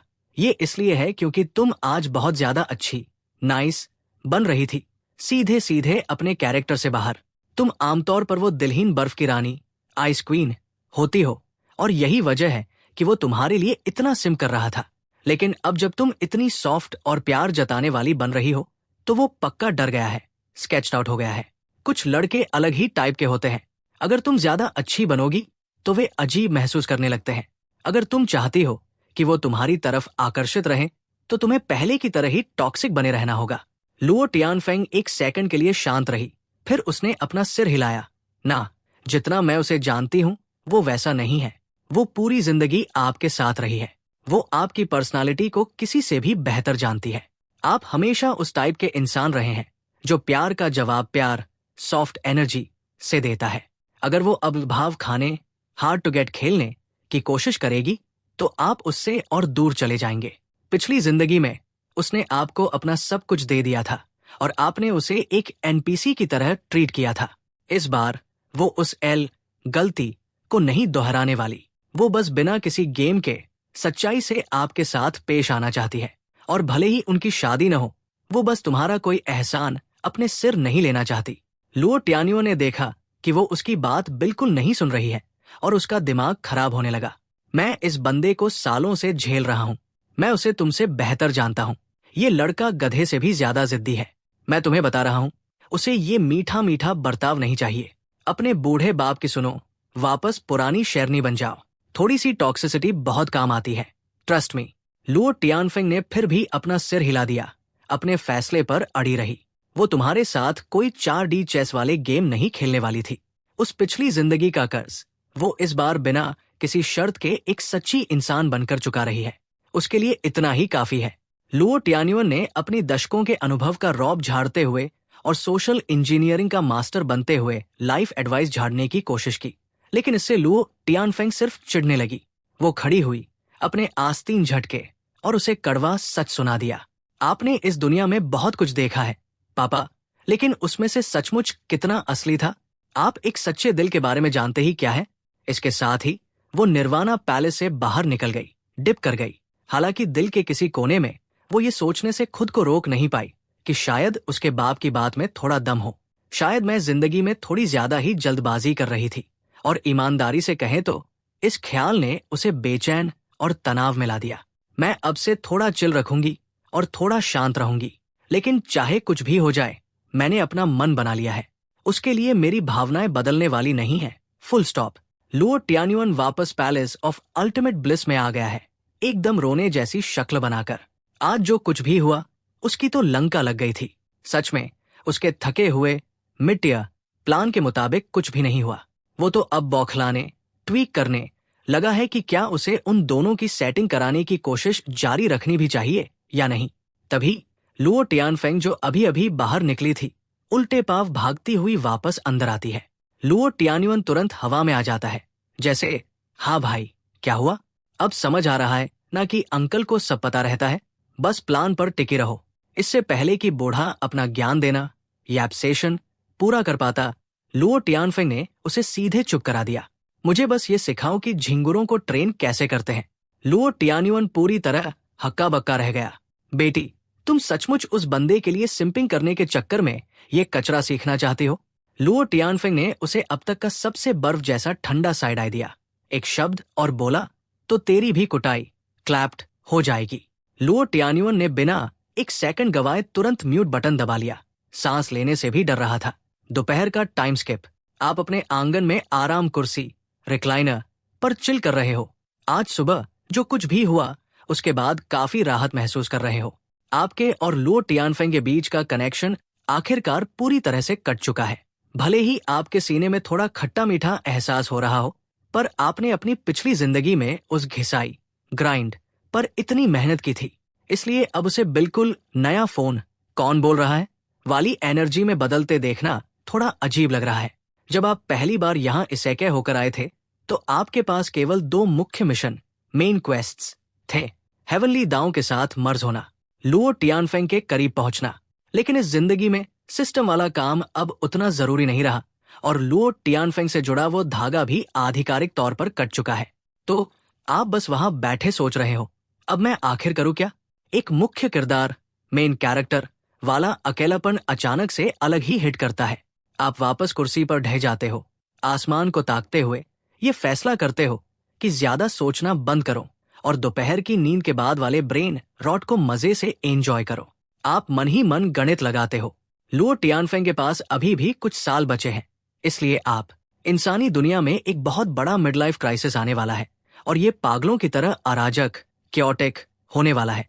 लेकिन फिर भी आप लुओ टियानफेंग के लिए हीरो का रोल निभाओगे, और ये इसलिए नहीं कि आप पुराने दिनों को याद करके भावुक हो रहे हो या फिर लुओ एक्सायु युअन के लिए सिंपिंग कर रहे हो। ना, ये स्ट्रिक्टली बिजनेस है। अगर आप इस दुनिया में एक सुकून भरी लो प्रोफाइल जिंदगी जीना चाहते हो तो आपको ये सुनिश्चित करना होगा कि लुओ टियानफेंग सत्ता में बनी रहे ताकि सब कुछ जलकर राख न हो जाए। लुओ एक बिल्कुल नई महारानी है और उसकी शुरुआती गेम, अर्ली गेम, काफी खराब दिख रही है। आपके सहारे, कैरी के बिना वो मूल रूप से बस हार का सामना करने, एलटेकर बनने का इंतजार कर रही है। एक बार जब इंसान अपना आपा खोने लगेंगे और हर तरफ जंग का माहौल फैल जाएगा तो आप अपनी शांतिपूर्ण वेकेशन वाली जिंदगी के सपने को हमेशा के लिए बाय बाय कह सकते हो। अब कोई साइट सीइंग नहीं, कोई फूडी एडवेंचर नहीं, बस प्योर स्ट्रेस। तुम्हारी पूरी वाइब बस इतनी सी थी कि दुनिया घूमो, टॉप टियर सुंदर नजारे ढूंढो, कोई ऐसी बैडी ढूंढो जो तुम्हारे क्योटिक मूड को समझे और बाकी की जिंदगी सुकून से वाइब आउट करो। तो प्लान एकदम सिंपल था। अगले कुछ सालों तक बस कंसल्टेंट बनकर रहो, लुओ के स्टैट्स बढ़ाओ, उसे नूब ट्रैप फेज से बाहर निकालो, और जब वो इतनी लेवल अप हो जाए कि पूरे सर्वर को सोलो संभाल सके तो इंसानियत का फ्यूचर उसकी हेडेक है, तुम्हारी नहीं। तुम दिमाग में आने वाले पैच नोट्स मैप कर ही रहे थे कि अचानक अपनी कुर्सी से ऐसे उछले जैसे करंट लग गया हो, क्योंकि भाई एक मेजर डिजास्टर इवेंट आ रहा है। लुओ अभी अभी थ्रोन पर बैठी है और परंपरा के मुताबिक डेटा मिसिंग स्किप 10,000 रेसेस उसे बधाई देने खिंची चली आ रही है। डीमंस, बीस्ट्स और बाकी सारी अनोइंग फैक्शंस अगले 60 दिनों में पूरे सर्वर को फ्लड करने वाली है। वो दावा तो सेलिब्रेट करने का कर रहे हैं, पर ये सब प्योर कैप है। वो तो बस नई एम्प्रेस को बुल्ली करने और उसकी रेपुटेशन टैंक करने आए हैं। ये 10,000 रेसेस इवेंट बेसिकली लुओं के लिए पहला ही हार्डेस्ट बॉस फाइट है। डेटा मिसिंग स्किप और ऊपर से ये जो पब्लिक शेड फेंक रहे हैं। पिछली लाइफ में तुमने और लुओ ने मिलकर क्लच खेल दिखाया था और सब संभाल लिया था, लेकिन इंसानियत के लिए एक गेम ब्रेकिंग प्रॉब्लम थी। शंग लुओ युअन की एम्प्रेस बाई यीशान। पिछली जिंदगी में तुमने लुओ को क्राउन दिलाने में मदद की थी। तुम पूरे शहर का टॉक ऑफ द टाउन बन चुके थे, और क्योंकि तुम एम्परर के राइट हैंड मैन थे, तुम्हारे पीछे एक बड़ा सा टारगेट लगा हुआ था और हर फैक्शन तुम पर चील की तरह नजर रखे हुए थी। पिछली बार बाई ईशान ने तुम्हें सेड्यूस करने और स्क्वाड को बीट्रे करवाने के लिए तुम्हारे डीएम्स में स्लाइड करने की कोशिश की थी। विजुअल्स के मामले में वो लुओ के ही लेवल की टॉप टियर सुंदर थी, लेकिन दिल की वो प्योर मैनिपुलेटर थी और जानती थी कि गेम कैसे खेला जाता है।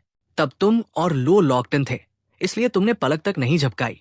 लेकिन जब बाई ईशान को लगा कि वो तुम्हें बैग नहीं कर सकती, तो वो फुल टॉक्सिक मोड में आ गई और लोकल स्नेक्स के साथ मिलकर तुम्हें गिराने की प्लॉटिंग करने लगी। ग्रेट क्लैन अपराइजिंग के डे 58 पर हालत एकदम कुक लग रही थी, लेकिन अगर तुमने एंड मौके पर क्लच प्ले नहीं निकाला होता तो तुम्हारी पिछली लाइफ की इंसानी शांति का नामो निशान मिट गया होता। अब सुनो, बाई ईशान अल्टीमेट मैनिपुलेटर है, सबको स्ट्रेट अप गैसलाइट करती है, चेहरे पर एकदम होलसम और स्वीट बनकर स्प्रिंग ब्रीज वाली वाइब्स देती है, मानो मिलते ही लगे कि सालों पुरानी पहचान है। उसकी हर छोटी स्मर्क और जेस्चर कैलकुलेटेड होता है, जिससे हर सिम को लगता है कि वही उसकी लाइफ का मेन कैरेक्टर है। दूसरी तरफ लुओ टियानफेंग एकदम आइस कोल्ड है, जो मुझसे बात करने की सोचना भी मत वाली एनर्जी देती है। लेकिन बाई ईशान भोली भाली सॉफ्ट गर्ल बनकर ऐसी एग्यो और प्लेफुल एनर्जी ड्रॉप करती है कि लोग डाउन बैड हो जाते हैं। सच कहें तो अच्छे अच्छे गिगाचढ़ और अनुशासित बंदे भी उसकी टैक्टिक के आगे फोल्ड हो जाते हैं। लेकिन इस बार तुम्हें पता है कि ये लोमड़ी कितनी खतरनाक है, और तुम्हें समझ आ चुका है कि इस साइकोलॉजिकल 1v1 लॉबी को सिर्फ तुम ही संभाल सकते हो। अगर इंसानियत को जिताना है तो तुम्हें लॉक्ड इन होकर इस फॉक्स लेडी से भिड़ना होगा और उसे 4K में कैच करना होगा। पिछली जिंदगी में तुमने उससे ज्यादा इंटरैक्ट नहीं किया था, क्योंकि जब भी वो डीएम्स में आती थी तुम या तो गोस्ट कर देते थे या क्रिंज से बचने के लिए डिप मार लेते थे। उसकी पिकमी टैक्टिक्स तुम पर बिल्कुल काम नहीं आई। लेकिन जिन किंग के ट्रीजन के चक्कर में बैग होने के बाद तुम्हें समझ आया कि उसका मैनिपुलेशन गेम कितना क्रैक था।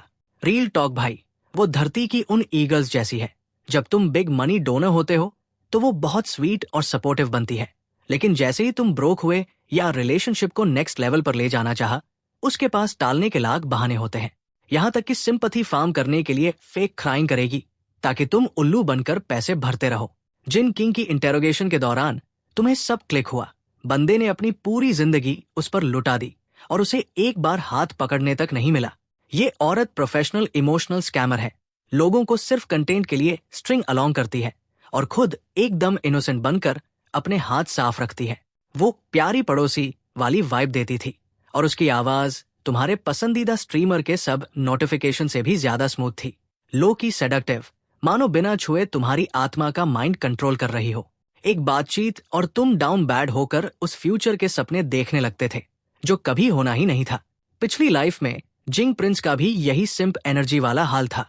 बाई ईशान ने बस एक छोटा सा आई एम इंटरेस्टेड वाला इमोट फेंका और अपना भाई एक एनपीसी की तरह अपने सारे सीक्रेट वेपन्स और बेस्ट गियर उसके हवाले करके फोल्ड हो गया।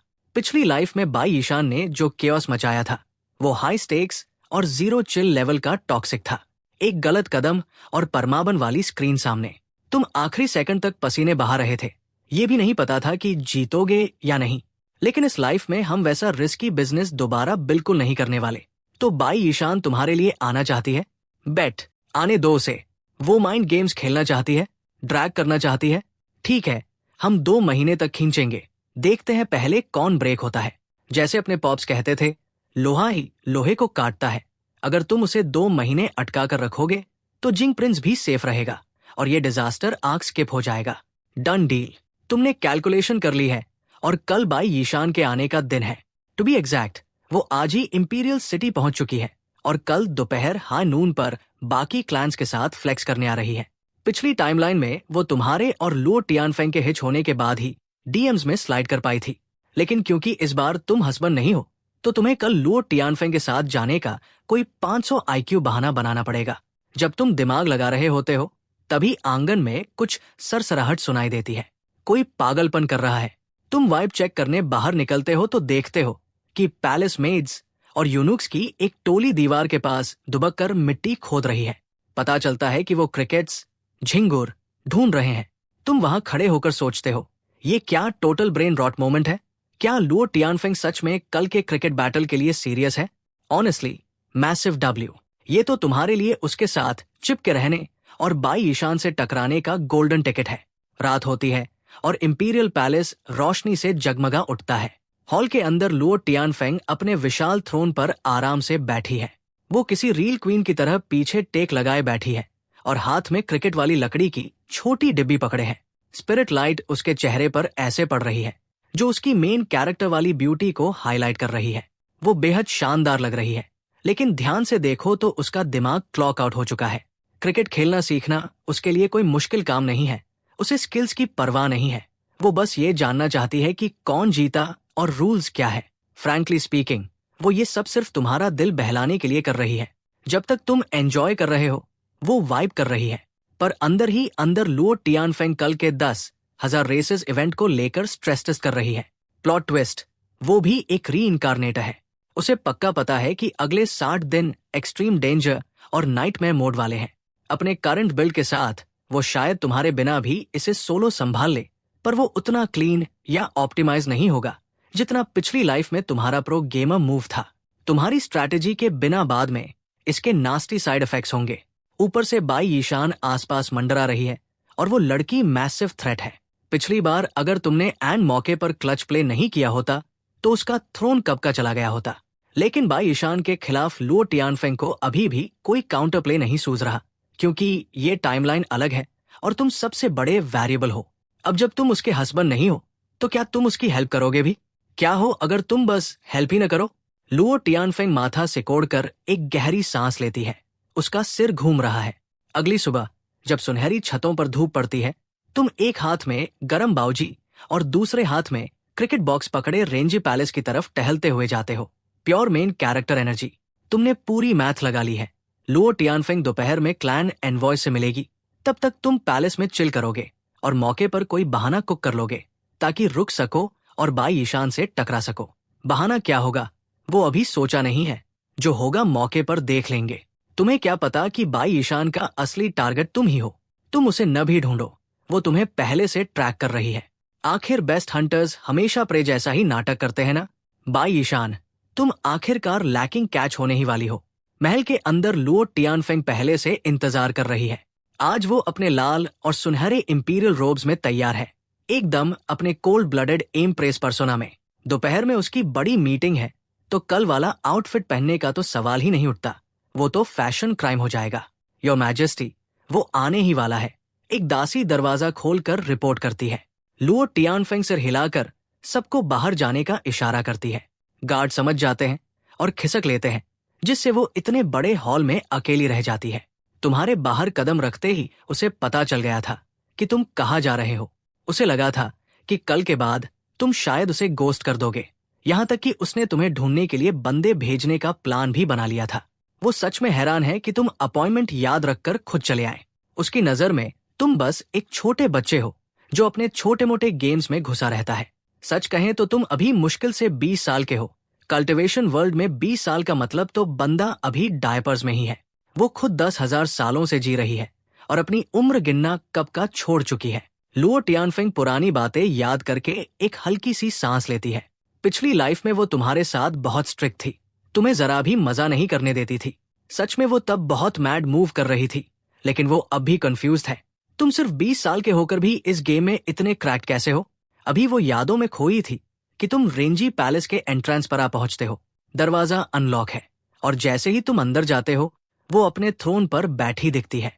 वो तुम्हें देखती है और तुम्हारे कुछ बोलने से पहले ही खड़ी होकर सीधे तुम्हारी तरफ आने लगती है। वो भौं उठाकर पूछती है, लेट हो गए? मैं आधे दिन से इंतजार कर रही हूँ। वो कल जितनी सॉफ्ट तो नहीं लग रही, पर वो पुरानी कोल्ड रिजिड एनर्जी भी नहीं दे रही। उसने खुद से वादा किया था कि इस टाइमलाइन में चाहे कुछ भी हो जाए, वो तुमसे रूखा व्यवहार नहीं करेगी। तुम उसे देखकर सोचते हो, भाई ये क्या सीन है? आज उसमें कुछ तो अलग है। तुमने कल ही उसे रिजेक्ट किया था, तो तुम्हें लगा था कि वो साल्टी होगी या कोई ड्रामा करेगी, लेकिन अब उसे देखकर लगता है कि थोड़ी कम स्वीट होने के अलावा वो एकदम नॉर्मल एक्ट कर रही है। तुम ख्यालों से बाहर आते हो और एक गूफी स्माइल देते हो। My bad, my bad. नाश्ता करने में टाइम लग गया, इसलिए लेट हो गया। वो कैजुअल फॉलो अप मारती है। अच्छा, क्या खाया? तुम एक सेकंड के लिए स्टन रह जाते हो, फिर हंसकर टालते हो, कुछ खास नहीं, बस घर का बेसिक खाना। योर मैजेस्टी चाहे तो अगली बार आपके लिए भी ले आऊंगा। वो तुरंत हाँ कर देती है। बेट, कल मैं तुम्हारा बनाया खाना ट्राई करूंगी। तुम एकदम अफगार हो जाते हो। Wait, what? क्या एम्प्रेस सच में मेरा टिफिन खाएगी? वो तुम्हें कंफ्यूज्ड होकर देखती है कि तुम इतने प्रेस्ड क्यों हो रहे हो। बाकी का टाइम वो बस तुम्हारे साथ बैठकर क्रिकेट फाइट खेलती है। तुम दोनों उस विशाल महल के बीचों बीच चौकड़ी मारकर बैठे हो, जो 1000 लोगों को समाने के लिए काफी है। एकदम डेड साइलेंट और खाली जगह, बस तुम दोनों। हाँ, सिर्फ तुम दोनों। ऑनेस्टली उसे क्रिकेट फाइटिंग एकदम मिड और बोरिंग लगती है, पर वो बस वाइब कर रही है क्योंकि वो तुम्हारे साथ रहना चाहती है। हर बार जब तुम जीतते हो, तुम कमर पर हाथ रखकर मेन कैरेक्टर वाला पोज मारते हो। बताओ, तुम्हारा भाई बिल्ड डिफरेंट है या नहीं? बस फ्लेक्स मार रहे होते हो ताकि वो तुम्हारी ग्रेटनेस को वैलिडेट करे। और लुओ टियानफेंग बस मुस्कुराते हुए एक बड़ी बहन की तरह तुम्हें पैम्पर करती है। हाँ, तू ही गोट है, अब चिल कर। खैर, दोपहर होने वाली है और इंपीरियल पैलेस का मेन स्क्वायर हर रेस के हजारों एनवॉयज से ठसाठस भरा हुआ है। Total chaos. लुओ जोंग जैसे स्क्वाड लीडर्स हर जगह लुओ टियानफेंग को ढूंढ रहे हैं, और जब वो आखिरकार रेंजी हॉल पहुंचते हैं तो देखते हैं कि वो तुम्हारे साथ बैठकर सच में क्रिकेट फाइट खेल रही है। उनके एक्सप्रेशंस तुरंत बिजनेस मोड से मेरा तो दिन ही खराब हो गया में बदल जाते हैं। उन्होंने कल भी अफवाहें सुनी थी, पर वो डेनायल में थे। सबको पता है कि उसकी वाइब हमेशा सीरियस रहती है, पर अपनी आंखों से देखकर अब कोप करने की कोई जगह नहीं बची। ये सच में हो रहा है। ग्रेट मीरियड रेसेस सेरेमनी शुरू होने वाली है और वो यहाँ गेम खेल रही है। सलाहकार अब और रोक नहीं पाए और हॉल में पैनिक करते हुए घुसे। योर मैजेस्टी, सेरेमनी शुरू होने वाली है, आपको असप अपना एक्ट संभालना होगा। लुओ टियानफेंग तुम्हारे साथ मैच में बहुत ज्यादा लॉक्ड इन थी। इंटरप्ट होने पर उसने चिढ़कर ऊपर देखा। टाइम चेक किया, फिर तुम्हारी तरफ देखकर वो प्यारी सी स्माइल दी। आज के लिए इतना ही, कल फिर से रन बैक करते हैं। लुओ जोंग और उसकी टोली के चेहरे देखने लायक थे। वो सोच रहे थे, कल? अभी तो थ्रोन संभाला है और ये पिछले एम्परर की तरह डायनेस्टी का डाउनफॉल स्पीडरन कर रही है। ये तो एकदम मिड बिहेवियर है और ऊपर से तुम काम करने देने के बजाय बॉस को डिस्ट्रैक्ट कर रहे हो। वो सीधे हाथ छोड़ने को तैयार थे। जैसे ही उसने बात खत्म की, तुम तुरंत बोल पड़े, योर मैजेस्टी, क्या मैं भी सेरेमनी में आ सकता हूँ? मैंने कभी दूसरी रेसेस के लोगों को नहीं देखा। क्या आप मुझे साथ ले चलेंगी? इससे पहले कि लुओ टियानफेंग कोई रिएक्शन देती, लुओ जोंग की गैंग ने तुम्हें तुरंत शट डाउन कर दिया। सुन भाई, ये ग्रेट सेरेमनी बहुत हाई स्टेक्स इवेंट है। तुम भले ही एम्प्रेस के पर्सनल एड हो या कुछ भी, तुम्हारा ऑफिशियल रैंक सीधा सीधा एनपीसी टियर है। तुम्हारा वहां होना कोई सेंस नहीं बनाता। बाहर एनवॉयज बस इस ताक में बैठे हैं कि ह्यूमन रेस कोई गलती करे और वो ड्रामा स्टार्ट करे। अगर तुम वहां गए तो तुम उन्हें हमें रोस्ट करने का फ्री कंटेंट दे रहे हो। बात यहाँ बिगड़ने ही वाली थी, क्योंकि लुओ टियानफेंग खुद नहीं चाहती थी कि तुम इस सेरेमनी में जाओ। उसे अच्छे से पता है कि ये बाहर वाले क्लाउड और फुटेज खाने के लिए कितने भूखे हैं, और तुम्हें साथ ले जाना मतलब सीधा सीधा एक बड़ा एल ले लेना था। ऊपर से किसे पता कि वो बाहर जाकर कैसी फेक न्यूज फैला दे। खैर, नो कंटेंट प्रोवाइडेड, तो let's keep it moving. Luo Tianfeng अपना सिर हिलाती है और तुमसे कहती है, आज नहीं भाई, 2 दिन बाद जो गाला है उसमें चलना, तब ले जाऊंगी। पर इससे पहले कि वो अपनी बात पूरी भी कर पाती, तुम तुरंत चिल्ला पड़े, अरे नहीं, इंतजार क्यों करना? बड़ी दीदी, प्लीज मुझे अपने साथ ले चलो ना। बड़ी दीदी, प्लीज। मैं कसम से लुओ जोंग की टोली के पीछे छिपकर रहूंगा और कोई भी ड्रामा क्रिएट नहीं करूंगा। तुम्हारे मुंह से ये शब्द निकलते ही लुओ जोंग और उसकी गैंग के तो तोते उड़ गए। भाई, बड़ी दीदी, वो एकदम कंफ्यूज्ड एज हेल हो गए। यहाँ तक कि खुद लुओ टियानफेंग भी हक्की बक्का रह गई। तूने अभी अभी मुझे क्या बुलाया? तुम्हें तुरंत एहसास हुआ कि तुमसे बहुत बड़ी गलती हो गई है। Old habits die hard bro. पिछली जिंदगी में तुमने कभी लुओ टियानफेंग को पत्नी या कोई ऐसा मुशी मुशी क्यूट नाम नहीं दिया था। तुम तो कभी स्पाउस जैसा वर्ड भी यूज नहीं करते थे। जब भी तुम उसे देखते, वो वही आइस कोल्ड, मुझसे बात करने की सोचना भी मत वाला चेहरा बनाए रखती थी। तब उसके ज्यादा क्लोज होने की कोशिश करना तुम्हारे लिए सीधा एल होता। इसलिए तुम 24/7 उसे योर मैजेस्टी बुलाने पर ही मजबूर थे। लेकिन अपनी पिछली लाइफ के आखिरी साल में तुमने एक इन्फिनिट चीट कोड अनलॉक किया था। तुम हेवनली दाओ फ्यूजन से जुड़ा एक अजीब सा मैकेनिकल टॉय वापस लाए थे। लुओ टियानफेंग ने तुम्हें उसे कचरे में फेंकने को कहा, पर तुम कहाँ मानने वाले थे। बहस के दौरान तुम पैनिक हो गए। तुमने उसका हाथ पकड़ा और पहली बार उसे एक बड़ी दीदी बोल दिया, और भाई, चमत्कार हो गया। वो मान गई। बस उस दिन के बाद से जब भी वो तुम्हारी कोई डिमांड रिजेक्ट करती, तुम तुरंत बड़ी दीदी वाला कॉम्बो मारते, थोड़े ब्रैटी बनकर नखरे दिखाते, और बम, हर बार तुम्हारी जीत डब हो जाती। आज तुमने गलती से अपनी वही पुरानी आदत में अपना ट्रम्प कार्ड फेंक दिया था। तुम इस वक्त पसीने पसीने हो रहे हो, ये सोचकर कि तुमने खुद का काम तमाम कर लिया है। लुओ टियानफेंग तुम्हें एकदम शॉक में घूर रही है। वही आवाज, वही टोन और तुम्हारे चेहरे का वही नीडी लुक। उसे लगा जैसे तुम बिल्कुल अपनी पिछली लाइफ वाले इंसान हो। भाई, ये मुझे अभी से बड़ी दीदी क्यों बुला रहा है और इतना क्लिंगी क्यों हो रहा है? क्या कल जब मैंने बहन भाई वाली बात छेड़ी थी तो इसका कोई बटन ट्रिगर हो गया? क्या ये सच में उस बात को दिल से लगाकर बैठा था? लुओ टियानफेंग मन ही मन जोन आउट हो रही है, पर तुम साफ देख सकते हो कि वो अंदर ही अंदर इस बात को बहुत वाइब कर रही है। एक सेकंड बाद वो स्मर करती है और कहती है, ठीक है, ठीक है, इस बार मैं जाने दे रही हूँ, पर दोबारा ऐसा मत करना। पीछे खड़ा लुओ जोंग तो भाई अपना आपा ही खो रहा है। वो इस बात को रोकने की पूरी कोशिश करते हुए पैनिक मोड में आ जाता है। योर मैजेस्टी, ये गलत वजहों से बहुत बड़ा डब्ल्यू है। आप ऐसे कैजुअल नहीं हो सकती। बाहर 10,000 क्लैंस घात लगाए बैठे हैं। वो इस बात का बतंगड़ बना देंगे और पूरी कहानी ही ट्विस्ट कर देंगे। आप ऐसा बिल्कुल नहीं कर सकती। ये एक ट्रैप है। पर लुओ टियानफेंग ने उसे सीधे सीधे इग्नोरेंस का डोज दिया। वो खड़ी हुई, हॉल के बाहर देखा और दासी को सिग्नल दिया, लिंग यिन, इसे ले जाओ और कोई ढंग के कपड़े पहनाओ। एक लेडी इन वेटिंग भागती हुई अंदर आई और लुओ टियानफेंग ने जमीन पर उकड़ू बैठे तुम्हारी तरफ नीचे देखा। वो तुम्हें लिंग यिन के पीछे ग्लो अप लेने जाते हुए देखकर अपनी हंसी नहीं रोक पाई। बस इसके बाद लुओ जोंग की गैंग के साथ चिपके रहना, सब ठीक रहेगा, कोई नौटंकी मत करना वरना मुंह के बल गिरोगे, समझे? तुमने तुरंत मुंडी हिलाई और लिंग यिन के पीछे बाहर निकल गए। पर जैसे ही तुमने बाहर कदम रखा, उस मेन हॉल का टेम्परेचर अचानक माइनस में चला गया। Pure danger zone vibes. Luo Tianfeng की आवाज सब जीरो टेम्परेचर तक गिर गई, जिससे खौफनाक किल ऑरा निकलने लगा। लुओ जोंग, अगर मैंने आइंदा तुझे अपनी बकबक से माहौल खराब करते सुना तो मैं मेक श्योर करूंगी कि तू दोबारा कभी बोलने लायक न रहे। लुओ जोंग और उसकी टोली डर के मारे अपनी पैंट में कांपने लगे। सांस लेने तक की हिम्मत नहीं हुई उनकी। वो बस झुककर चुपचाप वहां से खिसक लिए।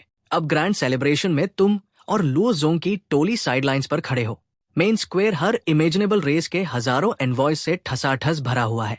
सब के सब एकदम वाइल्ड दिख रहे हैं। अजीब अजीब बॉडी शेप्स, क्रेजी फिट्स, सीधे सीधे एनपीसी एस्थेटिक्स। आसपास ज्यादातर डीमन और बीस्ट क्लैन के लोग घूम रहे हैं। देखो भाई, बीस्ट और demon clans survival of the fittest वाले अलायंस पर चलते हैं। जैसे धरती के कबीले होते हैं, जो सबसे तगड़ा बंदा होगा वही बड़ा बॉस बनेगा। हर कबीले ने इस इवेंट में अपने सबसे बेस्ट बंदे भेजे थे। इंसानों में ऐसी कबीले वाली वाइब्स नहीं होती, पर उनके पास जनसंख्या की कोई कमी नहीं है। जो असली हैवी हीटर्स होते हैं, वो सम्राट के आगे झुकने के बजाय अपने खुद के क्लैन्स बनाते हैं। सिस्टम अलग है, पर अंत में वाइब्स वही है। इंसान एकदम चिल रहते हैं, भले ही उनका लीडर वीक हो, फिर भी वो स्टेबल रहते हैं। पर अगर लुओ शुयान जैसा कोई जोकर रूलर मिल जाए तो पूरी रेस अपने डाउनफॉल का स्पीडरन करने में जरा भी टाइम नहीं लगाती। दूसरी तरफ बीस्ट और डीमन क्लैन्स को सिर्फ पावर से मतलब है। एक बार उनका बॉस गिरा या आउट क्लास हुआ तो सीधे प्योर एनर्की। हर किसी का अपना हिडन एजेंडा है और सब एक दूसरे के खिलाफ प्लॉटिंग कर रहे हैं। यही वजह है कि इंसानों ने 10,000 सालों से कोई एम्परर टियर बंदा नहीं देखा। फिर भी बीस्ट और डीमन क्लैन्स के पास 4 से 4 एम्परर होने के बावजूद वो इंसानों पर हमला करने का ट्रिगर नहीं दबाते। तुम भीड़ में उस सफेद कपड़ों वाली लड़की को ढूंढ रहे हो, पर सच कहें तो तुम्हें ढूंढने की जरूरत ही नहीं है। इन अजीबोगरीब दिखने वाले डीमंस और बीस्ट्स के बीच वो इतनी जोर से चमक रही है कि आंखें चौंधिया जाएं। वो किसी दलदल में खिले हुए फूल की तरह लग रही है।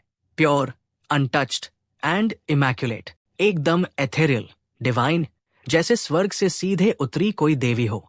आधी रात के आसमान में चमकते चांद की तरह एलिगेंट, हाई क्लास और एकदम हटके। सबकी आंखें तुरंत उस पर चिपक गई। नो कैप, वही आज की मेन इवेंट है। एक सिंपल व्हाइट गाउन पहने, जिस पर कोई डिजाइन नहीं था, खुले और एफर्टलेस बाल, टोटल मेन कैरेक्टर एनर्जी। उसका चेहरा एकदम टॉप टियर था, जो आसानी से लुओ टियानफेंग को टक्कर दे सकता था। पर दोनों की वाइब एक दूसरे से बिल्कुल अलग थी। उसकी आंखें एकदम क्रिस्टल क्लियर, धुंधली और ड्रीम जैसी थी, और गाल हल्के गुलाबी। ऐसा लग रहा था जैसे वो अभी अभी सोकर उठी हो और थोड़ी लेजी फील कर रही हो। परफेक्ट नाक, आड़ू के रंग जैसे होंठ, भाई वो एक चलती फिरती मास्टरपीस थी। उसकी हाइट भी लुओ टियानफेंग जितनी ही मेन कैरेक्टर वाली थी, जो उस सॉफ्ट एस्थेटिक वाइब के साथ भीड़ में सबसे अलग दिख रही थी। एकेडमी का हर एक बंदा बाई ईशान पर लॉक्ड इन था, जो दोपहर के सूरज से भी तेज चमक रही थी। इतनी ब्राइट कि भाई तुम उसे सीधे देख भी नहीं सकते। किसी की हिम्मत नहीं हो रही थी कि उसके बारे में कोई सूस थॉट भी लाए। बाई ईशान एकदम आधी रात के चांद वाली एनर्जी दे रही थी, जेंटल, मेस्मराइजिंग, जिससे हर बंदे का दिल करे कि बस उसके डीएम्स में स्लाइड कर जाए। जैसे ही तुमने उसकी तरफ देखा, उसने तुमसे आई कांटेक्ट बनाया और वही हल्की सी शर्मीली स्माइल दी। ऐसी स्माइल जो यहाँ मौजूद हर बंदे को एक सेकंड में डाउन बैट कर दे। उसने तुम्हें एक लो की ग्रीटिंग दी और तुम्हारे बगल में खड़ा लुओ जोंग कांपने लगा, जबकि पिन रैन तो उसके विजुअल्स देखकर सच में शूक रह गया। तुम अपने चेहरे पर वही बेवकूफाना एनपीसी वाली स्माइल चिपकाए बैठे हो, एकदम विनम्र और मासूम बनने का नाटक कर रहे हो, पर अंदर ही अंदर तुमने उसे अपने क्रोसहेयर्स में लॉक कर लिया है। वो बंदी सच में मास्टर क्लास मैनिपुलेटर है। दिलों का खेल एकदम प्रो लेवल पर खेलती है। तुम उसकी फिट को स्कैन कर रहे हो। भले ही वो ऊपर से एलिगेंट और सिंपल दिख रही हो, पर लोकी वो जीनियस लेवल ड्रिप है। चांदी की कढ़ाई वाला वो हाई कॉलर और ऐसा कट जो बिना कोई स्किन दिखाए उसकी परफेक्ट शेप को उभार रहा था। Pure W. अगर कोई इस पर हेड करने की कोशिश भी करे तो वो दुनिया का सबसे बड़ा क्लाउन लगेगा, क्योंकि पॉइंट आउट करते ही आपकी अपनी गंदी सोच बेनकाब हो जाती। जो चीज उसे और भी ज्यादा खतरनाक बनाती है वो है उसका कॉन्ट्रास्ट। उसके पास वो मैच्योर वनीसन वाली एनर्जी है, पर साथ ही वो मासूम बड़ी बड़ी आंखों वाली लुक्स देती है जो उसे पूरी तरह से इरेजिस्टिबल बना देती है। उसकी ये स्ट्रेट जी एलिटियर गैसलाइटिंग है और एक स्प्लिट सेकंड के लिए तुम्हें सच में पसीना आ जाता है। तुम सोचने लगते हो कि क्या तुम सच में इस औरत को संभाल पाओगे। हाँ भाई, शायद तुम सच में अपनी लीग से बाहर खेल रहे हो। फाइनली मेन इवेंट शुरू होता है। सेरेमनी एकदम मिड और बोरिंग है। बस अलग अलग क्लैंस के एनवॉयस आ रहे हैं, बकबक कर रहे हैं और गिफ्ट्स ड्रॉप कर रहे हैं। क्योंकि इंसान इस वक्त बेसिकली कुक्ड है, इसलिए सिर्फ ट्राइबल चीफ्स ही रिस्पेक्ट देने आए थे। सिर्फ ट्राइबल चीफ्स। सब आए थे सिवाय बाई ईशान के, जो डीमन रेस के एजियो फिनिक्स क्लैन की लीडर है। वो 3 स्टार क्वासी एम्परर रैंक पर है, जो लुओ टियानफेंग की 6 स्टार रैंक से तो कमजोर ही है। लेकिन डीमन रियल्म के टॉप 10 पावर हाउसेज में से एक होने के नाते आज वही अपनी टोली को लीड कर रही है। यही वजह है कि बाई ईशान इतना बड़ा थ्रेट है। लुओ टियानफेंग उसे ऐसे ही चुटकी बजाकर क्लैप नहीं कर सकती। अगर वो खुद क्वासी एम्परर न होती तो लुओ टियानफेंग कब की टॉक्सिक होकर किसी को किंग जिंग पर नजर रखने भेज देती या उन्हें मिलने से रोक देती। पर रील टॉक, बाई ईशान एकदम क्रैक्ड है, बिल्ट डिफरेंट। लुओ टियानफेंग के अलावा इंसानियत में एक भी बंदा नहीं है जो उससे भिड़ सके, और लुओ टियानफेंग 24/7 किंग जिंग की बेबी सिटिंग तो कर नहीं सकती। समझ रहे हो ना? इसलिए बाई ईशान को बिजी रखने का पूरा जिम्मा तुम्हारे ऊपर है। सेरेमनी का फेज एक जल्द ही निपट जाता है और अब बैंक्वेट वाला पार्ट शुरू होता है। सारे एनवॉयस आपस में मिलजुल रहे हैं, बड़े फ्रेंडली बनने का नाटक कर रहे हैं, पर असल में वो बस कोई वजह ढूंढ रहे हैं ताकि ड्रामा स्टार्ट कर सके। खैर, तुम्हें क्या फर्क पड़ता है? अपनी पिछली लाइफ में तुमने ये सब स्किप कर दिया था और लुओ टियानफेंग ने अकेले ही सारा कचरा साफ कर दिया था। इस बार तुम सिर्फ बाई ईशान के डीएम्स में स्लाइड करने, मतलब उससे बात करने आए थे। गोल पूरा हो गया तो अब खिसकने का समय है। तुम जानते हो कि बाई ईशान तुम्हारा पीछा कर रही है, इसलिए तुम अपने घर वापस जाने वाला शांत शॉर्टकट लेते हो। अपने कमरे की तरफ जाने वाले उस सुनसान रास्ते पर चलते हुए अचानक एक सफेद परछाई धीरे धीरे तुम्हारी तरफ आती है। वो एक सफेद फिगर है और ये जानने के लिए जीनियस आईक्यू की जरूरत नहीं है कि वो बाई ईशान ही है। उसकी मेन कैरेक्टर वाली चाल है और उसकी हील्स की हर एक टिक टिक में प्योर एलिगेंस झलक रहा है। जब वो तुमसे कुछ ही मीटर की दूरी पर होती है तो रुकती है और अपनी वही मीठी आवाज में पूछती है, एक क्विक क्वेश्चन, यिन टियान पैलेस कहाँ पर है? इंपीरियल पैलेस तो सच में एक भूल भुलैया है। मैं तो पूरी तरह खो गई हूँ। उसकी आवाज इतनी मीठी थी कि लोकी किसी भी बंदे को कैविटी हो जाए। पर तुम्हें अच्छे से पता है कि पैलेस तो बस कोने में ही है। वो बस एक क्लासिक पिकअप लाइन मार रही है। तुम एकदम कूल बनते हो, पूरे सिंप होने का नाटक करते हुए कहते हो, अरे मैं हूं ना, मैं भी उसी तरफ जा रहा हूं, चलिए मैं आपको रास्ता दिखाता हूं। बाई ईशान का चेहरा तुरंत खिल उठता है। वो अपने हाथ जोड़ती है और ऐसे स्माइल करती है जैसे उसने कोई झूठ कैप बोला ही ना हो। थैंक्स, तुम तो मेरी जान बचाने वाले बन गए। उसकी एक्टिंग स्किल्स एकदम टॉप टियर है, एक भी स्लिप अप नहीं। She is a pro.